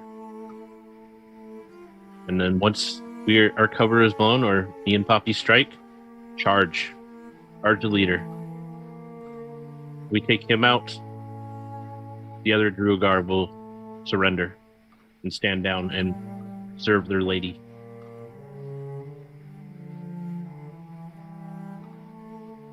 Tika kind of steps forward and puts her hands behind her back. All right, take me. Tika. Just a second. Tika. Wait a minute. Who are you asking to take you? No, Poppy's gonna walk over to Tika and kind of whisper to her. Be thoughtful on what happens, okay? Of course, I'm always thoughtful. Okay. Poppy will walk back over to Draethar. I'm ready. And she fingers the orc stone in her pocket. Ooh, kinky. Wow. Is that how the chief likes it? He's gonna be very happy when he comes out now. Poppy will never kiss and tell. We'll know when he comes out with a smile. He always does. He always does. I mean, Nighttide, to be fair, it took us this long. All right? We behaved ourselves. He is ready and willing to serve. He always does. He always does. Yep. Interesting. Are you guys ready to go in? Yeah. Yeah. Okie dokie. I would like all of you to roll initiative, please. Da, da, da, da, da, da, da, da, da. 8. Hold on. 19! A crap bot gets to go first, bitches. Tika's 17. Apparently, 19. Apparently, Drather gets to go last. Hold on until I ask. I'm sorry. Oh God! Oh my You god. just asked. No. You can keep You your rolls. asked. Just wait till I You tell you and asked. ask for the numbers. No, for see, the love of Pete. I'm not. I don't want to keep my roll. You're not ready, so I want to roll again. You are so Oh, full you're of shiznit stuck. that it's not even funny. All right. See, if I rolled again, it would have been a 13. Yep, but you didn't. So what'd you get? 8. 8. Okay. Poppy. 19. Look at you. Tika. 17. And a Krathok. Natural According 19. to Mr. Faded, my dice looked cock. A natural 19. According to Faded, your dice looks cocked. That's not the He only put it in cock chat. I'm looking at. Anyway, my goodness. Oh, so much fun. Okay. He's thinking about the orc. It's okay. Yeah, you tell yourself that. You walk into a massive throne room, seeing immediately next to you a sooty-looking, fat, older Duergar. Why did it do this to me? There it goes. Partone. The ceiling of this room kind of opens up to kind of a massive 30 feet high. You can see kind of stone that leads up to kind of a semicircular dais, again, right next to you. You see that there's a misshapen throne carved out of Phandalin, this black crystal that Zardarok sits upon, with flames in the corners of each of the rooms in a eerie green and purple hue. On the far east wall, you see this tall, bipedal fungus-looking creature. Spores float around it in the air. And you can see that there are 4 white-furred kind of bipeds that are kind of lumping around, that look like they have these spores kind of floating around their heads, while there is one of the creatures that seems to be holding one of the arms of the kind of large fungus creature, gnawing at it sparingly.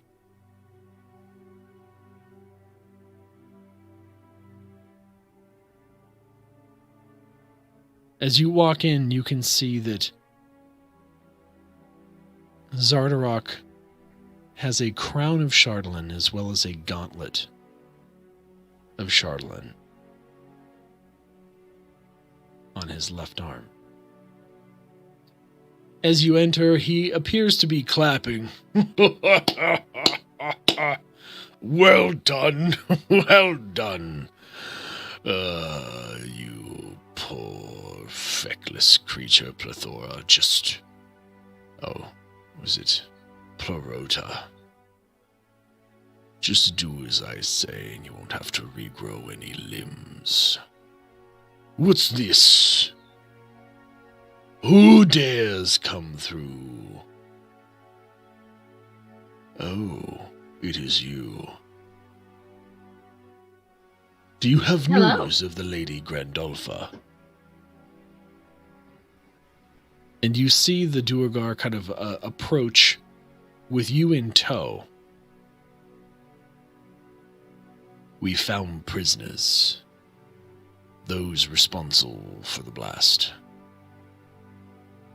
Grandolpha offers them to you as a tribute. And kind of presents Tika and Krathok. And Tika will kind of take a step forward and bow and kind of wiggle her tail as she does it. We're here. For you. As bait. For a trap that's been set.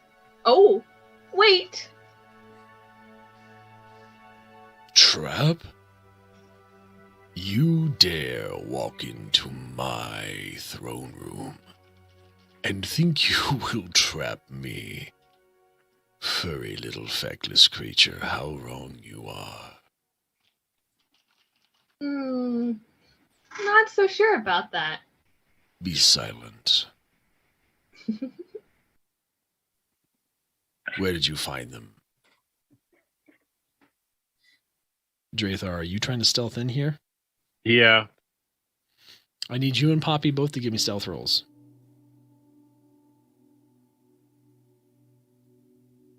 23. 3. And Tika will cast Dancing Lights. Shouldn't she get advantage since she's invisible? Sure. Well, she would. As Tika casts Dancing Lights. And How then do I do it with advantage? Just roll it Or again. just Just roll roll again. again. Roll again. And you take whichever one's higher.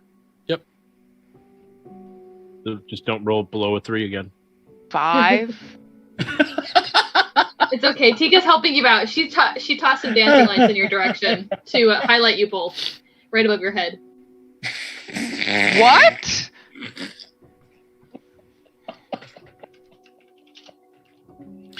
Drathar, you're able to stealthily move into the room and make your way behind the throne. Poppy, as you make your way in, you both stub your toe and then see above you are lights illuminating the area above you. What's this? You have parlor tricks. This poor, pathetic creature. Bind her. And you see the Duergar next to you kind of continue to bind your hands with rope, but loosely.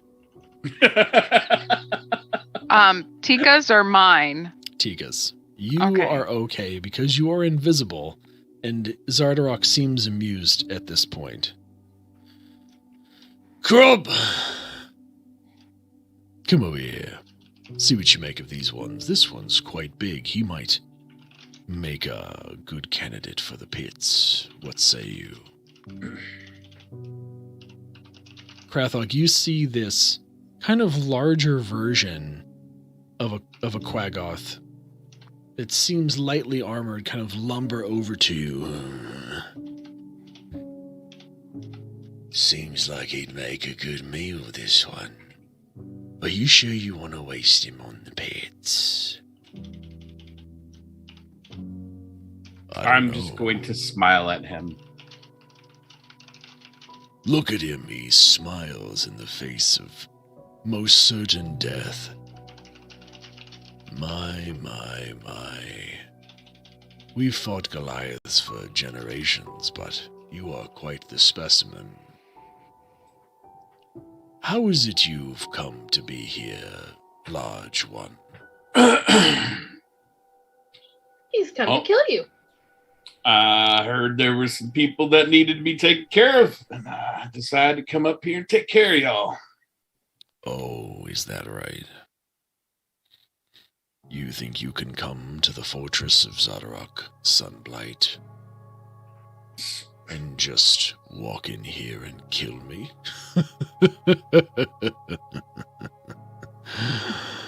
You've got a pair on you. And he walks over and he backhands Tika across the face.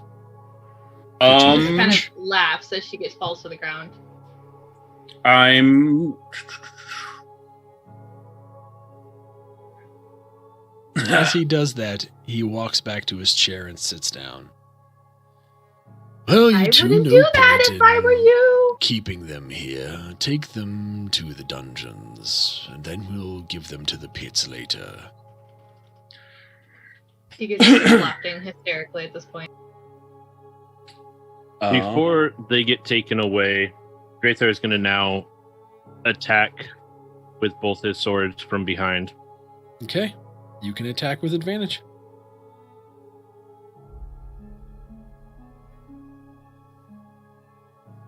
$17. Well, hold on. So let's do this. Okay. So you're going to get the surprise round.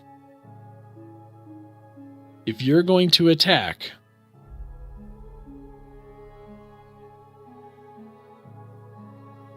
Krathok, Mm-hmm. Do you want to hold any kind of an action? Oh no, I want to hit the freaking giant Underdark bear in his face. Okay.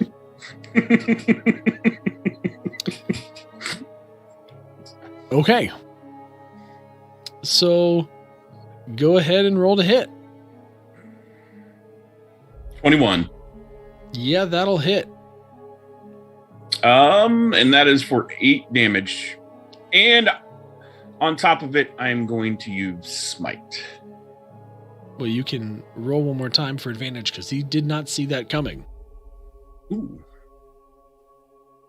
I can roll my attack again? Is that what you're saying? Yeah. Roll the d20 Okay. and see if you can get a 20. Oh, Is a 19 a crit for you? Is Or a is it- 19 Or is that for initiative? That was initiative. I just rolled a 21 Got it. before my Warhammer, and then so that gives me what? Like freaking that should give me even higher than that, I think.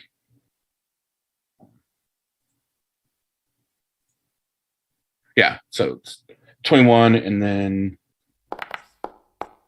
damage 13. There we go. Nice. Okay. Ooh. And then on top of that, I'm going to use Smite, which is a 2d8 for an added 7 damage. Nice.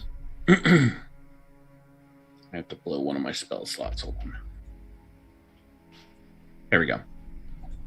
And then I start grinning from ear to ear and saying, the only pits that's going to happen is the ones that I'm going to leave in your head.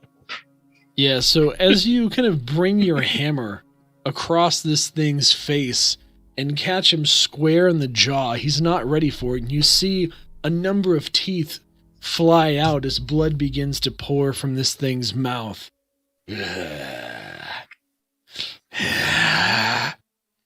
Poppy.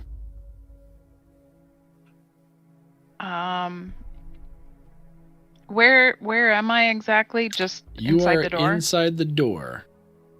Okay, Zardarok so- is to your right-hand side, and everyone else is essentially in front of you.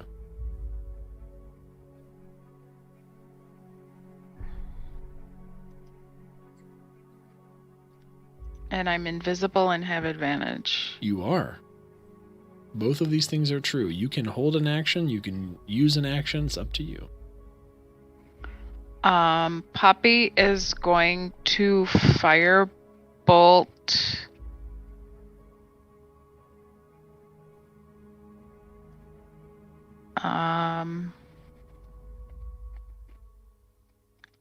Is that a rock standing or sitting? He is sitting in his throne. Shoot. And I can see him. You've got a plenty good shot. You're fine. He's not in any kind of a cover from you. Okay. I will firebolt him and hope for the best. Okay. 11. You have advantage. Roll one more time.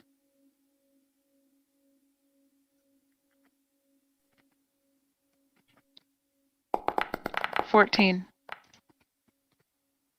Do you have a modifier, or is it +2 is your modifier? +2 is my modifier. Yeah, you are going to miss. You're going to see this kind of firebolt just flash right in front of Zardarok's head. As that happens, Tika's just gonna kind of laugh harder. I told you! Tika, it's your turn.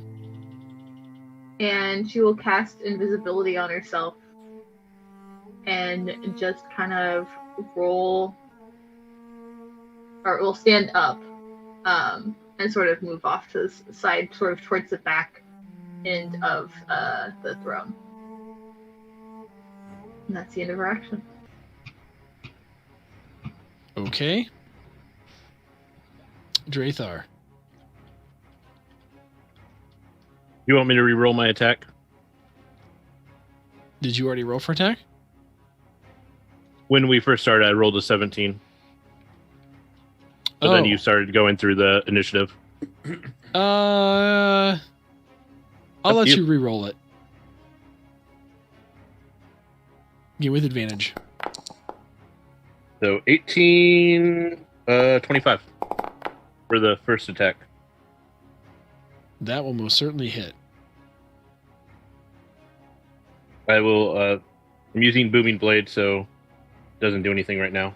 But that'll be 14 damage with my scimitar. Okay. And then I will attack with the short sword also.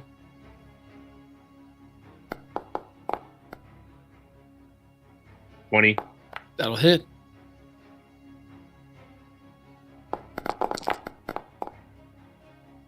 Uh, 16 damage. Okay. So 30 total. All right. You say using Booming Blade, so when he moves, he takes damage, correct? Yep, when he moves, and then I'm going to use Cunning Action just to step back 5 feet, or step to the side 5 feet, whichever I can move. Yeah, so you essentially, Drathar, kind of are able to come around the back of the throne. His eyes kind of follow the kind of firebolt that flies in front of his face as your scimitar comes and stabs him straight through the chest, and then follows up with a sword slash across his chest. And he's caught off guard. And that is the end of our surprise round.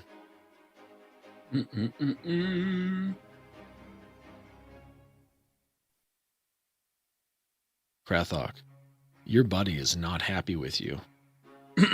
My body? Your buddy, Thonot. Oh. He's not happy with you. Oh, no. And he is going to try and attack you.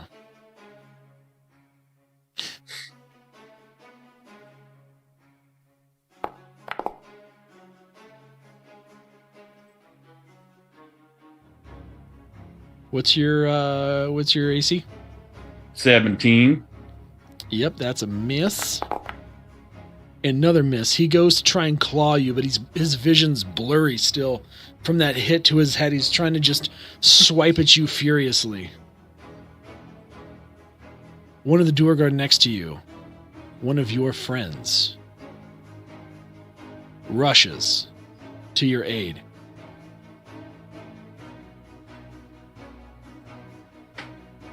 And it casts Enlarge, growing it to your size, Krathok.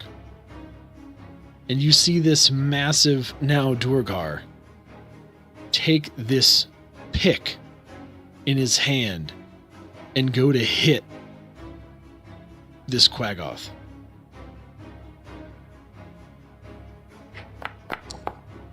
I could use that spell.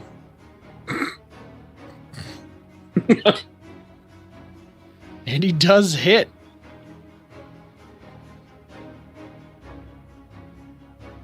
Gives him a big spike right into his shoulder, and you see this thing just like cough out more blood as he just like Bleh.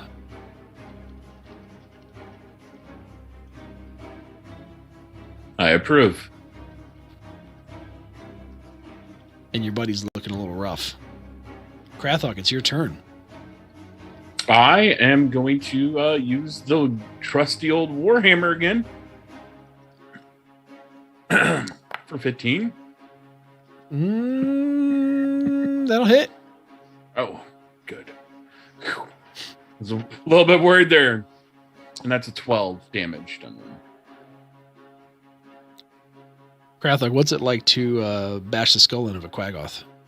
I mean, they don't call me Krathok Bear Hauler for no reason. Krathok, you take your hammer, and following up the pick of your now enlarged friend, you bring this thing down right on top. It barely has time to look up and see the end of its life as your hammer just squishes his head down into his body, and he falls to the floor dead. And I say, that's what I'm talking about. Poppy, your turn. Hammer time. Poppy puts her hand in her pocket and holds the orc stone and says, "Please help us." The orc stone unfortunately, does not obey you this time. It's almost like you can't even feel its presence. Apparently, it didn't like the fingering this time.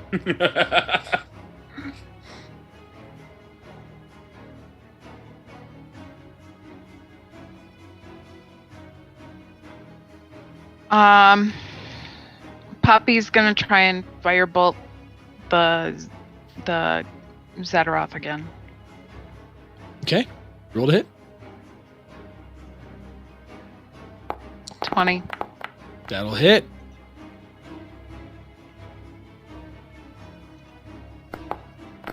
Seven. Nice.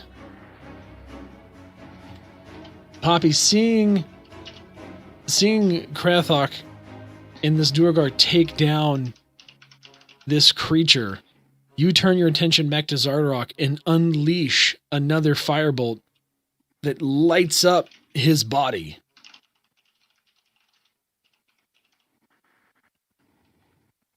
Hearing the battle, you see a couple Duergar walk into the room, and you see the Quaggoth that seem to have the kind of spores floating around their heads start to move towards you and then hesitate.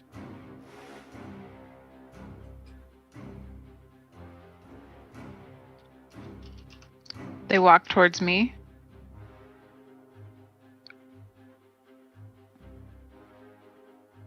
Yes, they begin to kind of move, so they're in the kind of northeast corner of the room near the Myconid, and they kind of start moving towards you, but then stop. And you all are able to kind of hear this voice cry out.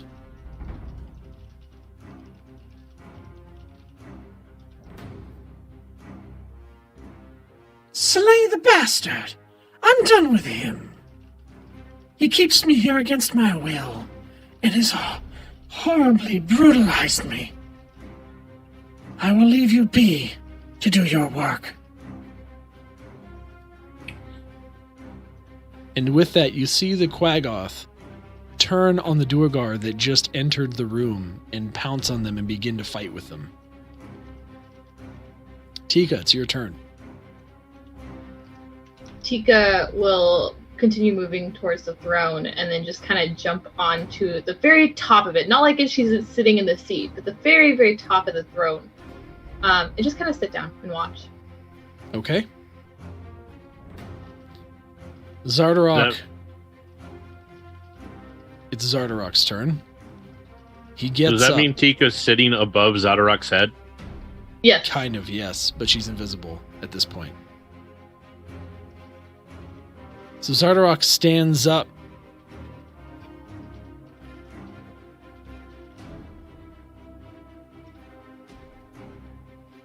And you see him enlarge into a enormous version of himself. Whereas the other Duergar was able to kind of match the size of Krathok, Zardarok becomes huge.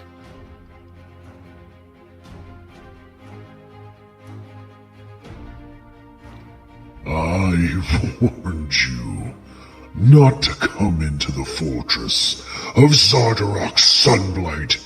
You will pay the price.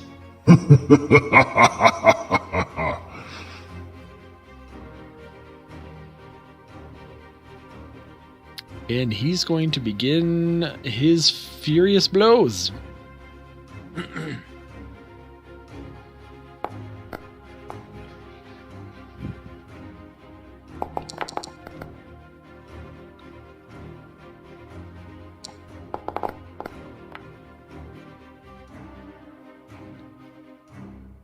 Alright, Krathok.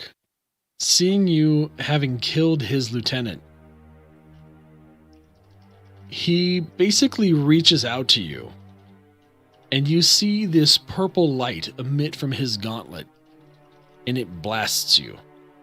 Oh, God. And it hits you for 9 force damage. All right.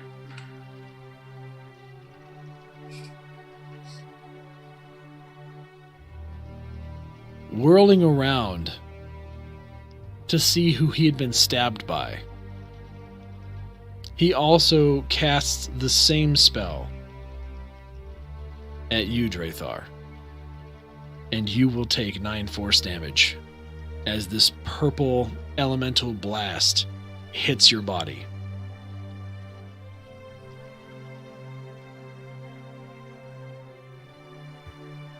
You will not leave here alive.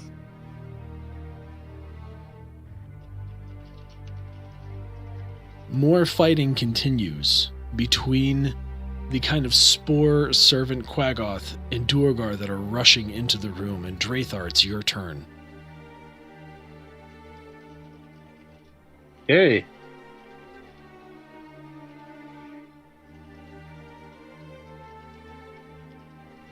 I will move up to Zardarok again, and I am gonna attack him with my swords. My familiar is gonna give me aid, giving me advantage.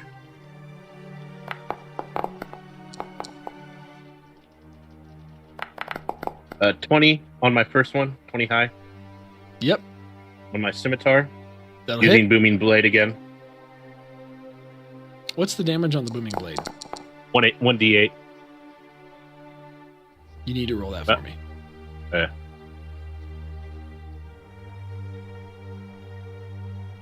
One, not two.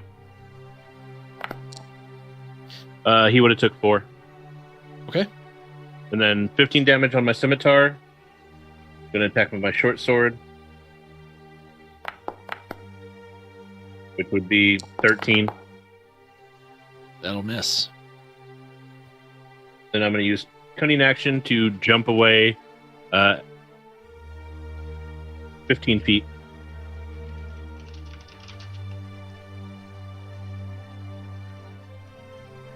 The Duergar that is your friend that kind of helped you and enlarged rushes to try and hold back the incoming flood of Duergar coming into the room. Krathok, it's your turn. All right, I'm going to use my Warhammer on the giant asshole in front of me now, who used his spell. That's a 21. That'll hit. For 13 damage, I am going to use Smite as well. And I'm going to channel Divinity. So that's an extra 6 damage. I'm going to channel Divinity and use Divine Smite. Wait, what do I mean? Hold on. Looking for it. Yeah, Inspiring Smite. And 13 plus 4 is, I think, right? Yeah. So 17. Everybody gets 4, and then I will get an extra 5 temporary hit points. Oh, nice.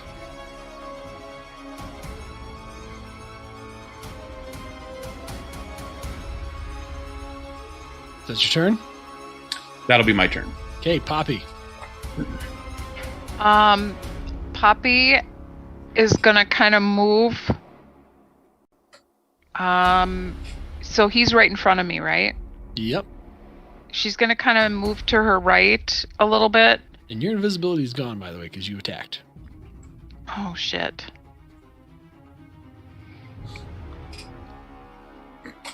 Poppy then realizes her invisibility's gone, and she puts her hand in her pocket again and pleads with the orc stone, please help us. Nothing happens. Oh, God.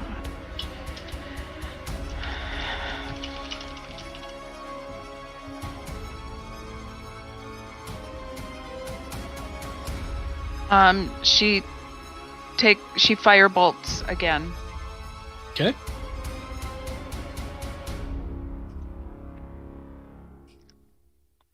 She's flustered. 11. It misses. In kind of your understanding that you are no longer invisible, you kind of freak yourself out and errantly throw that fireball. More fighting continues as additional Quaggoths kind of break through the door at the far east corner of the chamber. So essentially the room that you came out of, on the opposite side, there's another set of doors, and 4 more Quaggoths come out of there with unleashing a horrible stench as they do. Tika, you look down, well, look up rather, to see Zardarok. Atop of his head is a crown made of Phandalin that you are pulled towards. You lose control of yourself, and you black out.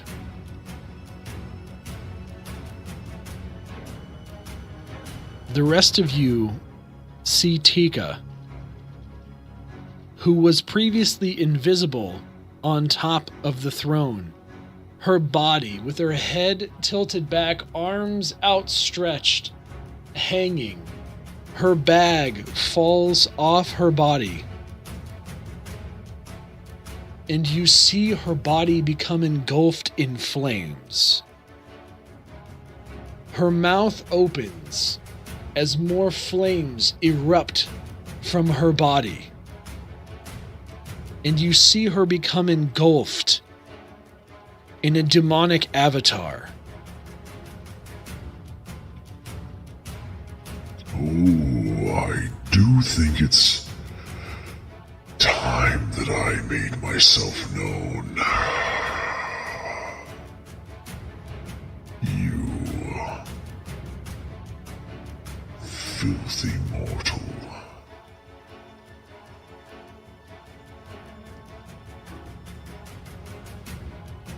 The body of this demon grows larger and larger, rivaling that of Zardarok.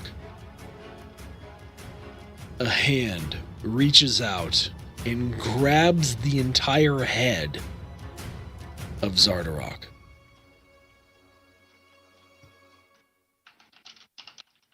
You should not have tampered with me, you old fool. I warned you. Not even Duergar can save you from me, Belial, the master of the Hells. And you see him begin to squeeze Zardarok's head. Zardarok drops his gauntlet and grabs onto this arm, his arms becoming engulfed in flames as he does.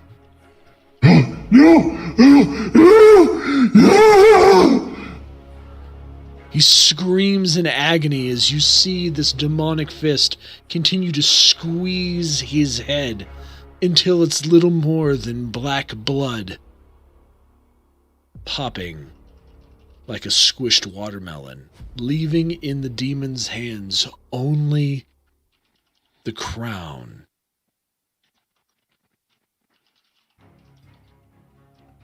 It's time that I take this back. All of you in worthless struggle. It's so pathetic if it wasn't amusing to a certain degree. I'll be taking this one too. Her avatar is pleasurable. Good luck with the rest of your little spat. It's time that I got back to where I belong. And with that, you will see this giant fiery portal materialize in the center of the room, and the demon will walk through the door, and it'll shut immediately after, leaving the room in this horrible, kind of just awful sulfuric smell hanging in the air. All fighting has stopped as you see the giant body of Zardarok Sunblight kind of return back to its normal size and slump down headless in front of his throne. And we'll end there for this week. Dun dun dun! See, Tika doesn't hate you. She wasn't doing things on purpose to make people struggle. She was being controlled by a demon. She was losing. She's actually been controlled by a demon for... Might have been possessed by a demon since she hugged the dragon? Yeah, since she hugged the dragon. She's been a little possessed. Tika was causing problems before that, so that's not a defense. But they were a little bit more Yeah, but these forward. were on purpose. Yeah, these were on purpose. These were telling him that, there's somebody sneaking behind you. He just didn't listen.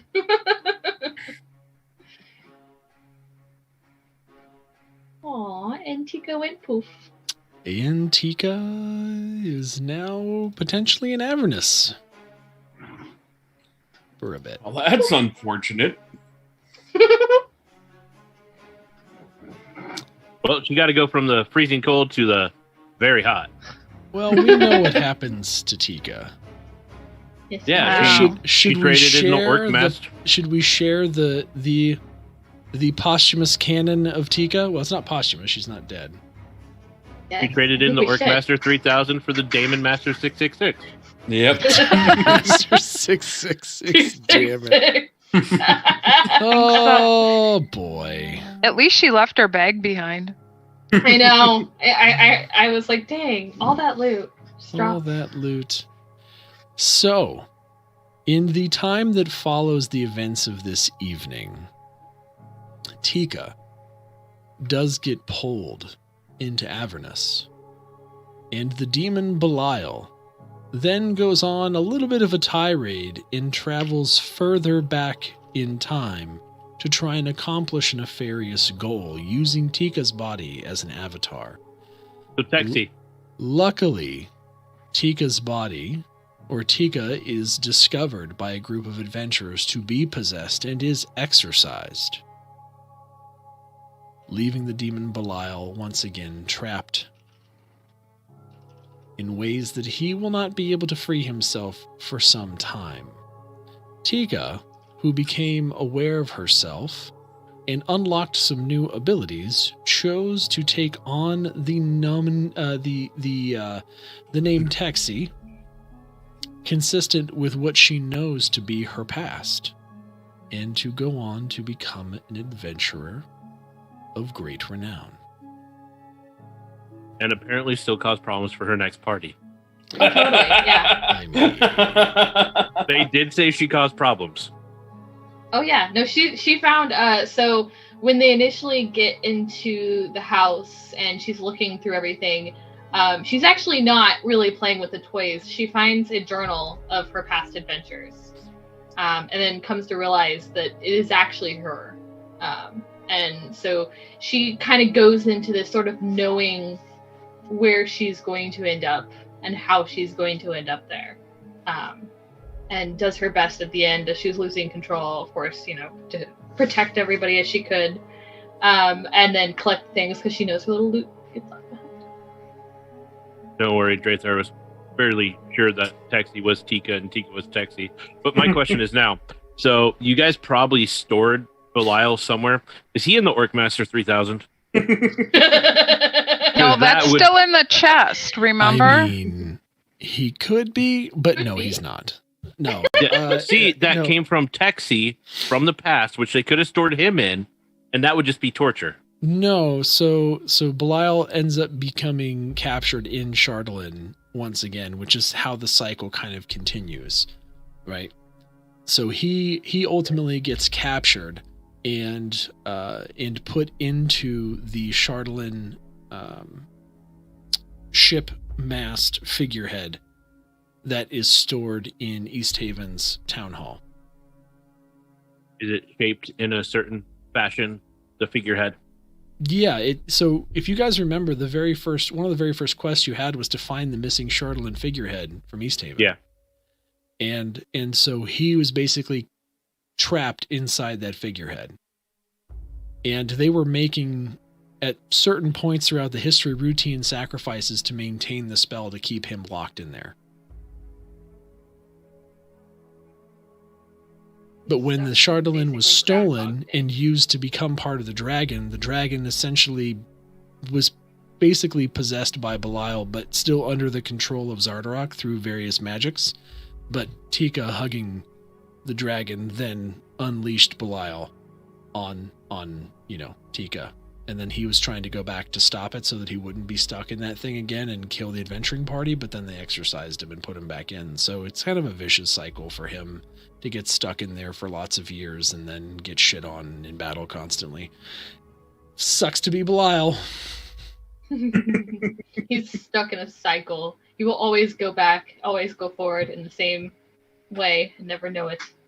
Yep, unfortunately for him.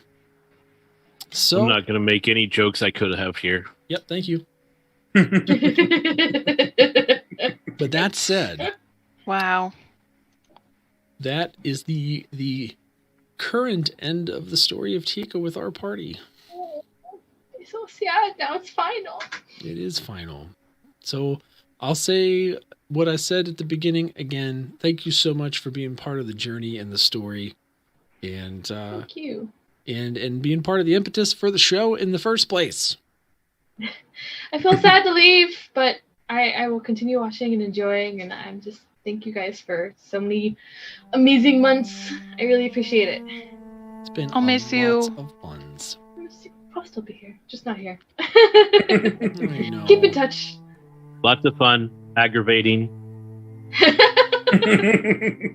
enjoyable watching for Nighttide, just his reactions to the BS we pull. I know. What's to say? Am I going to miss the Orcmaster 3000? No. I'm very happy it's in a chest in some Duergar fortress that will never see the light of day ever again. Night. It's true. Or Night. Yeah. Night. Don't forget there's still Texie's room at the I house know. that has other things. Maybe it does. Maybe it doesn't. We'll find creative ways to handle those things. We'll see. Handle those things. Damn it! He's going to really get a grip and handle on those. Oh, damn it! All right, no, we need to go find somebody to Poppy's raid. already fingering that stone like crazy. Apparently, it's not doing anything. I know. Yeah, not really doing a good job there. Hey, wait, we can only summon the orc once a day, right? Maybe you got a switch hit there. I don't know. No, but we had a long rest. Remember? Yeah, but my question is, our long rest involved Krathok being very loud. Did Poppy disappear for a little bit with the stone? No. Poppy did not. Look, I was just getting what was due to me. Payment. I don't know. You were Payment- definitely getting she- something done to you. Why would she pay you for a bad dock? It wasn't for the doc. Okay. It was for not drinking yak's milk. That's all it takes for you is just not drink yak's milk, and then she goes, Yeah. Okay. that's gonna be a Okay. great relationship. I didn't drink yak's milk today. Your place? Yeah. That's gonna be my new pickup line. How do you feel about yak's milk? How do you feel about yak's milk? Don't give Krathok yak's milk. You know better than this. All right, we're gonna go and raid a new channel for us. ADH Adventures. I like it. Playing some kind of heroes arc of D&D, which I'm assuming is probably somewhere set in I could be wrong, but it's kind of got a Greek theme, so it might be Theros, which would be really neat. So let us go and say what's up to these peeps and give them a little raid on the Twitchy side. I don't have anybody live on the Trevo side, so we're just going to be ending over there, but we thank you guys so much for coming and hanging out with us again. This coming Saturday, we're going to have a one-shot for Sword of Phandalin. It's not going to be the proper campaign because we're going to have someone missing, but we are going to be doing a one-shot. And then the following Monday is Memorial Day, so that might be on the bubble. We'll see. But we'll keep you posted. Keep your eyes on Twitter at Dungeon Nytes, and we'll talk to you then. So let's go and raid these peeps, the ADH Adventures. ADH Adventures. God dang it. I love how punny people can be. But let's go in 3, 2, 1, and raid.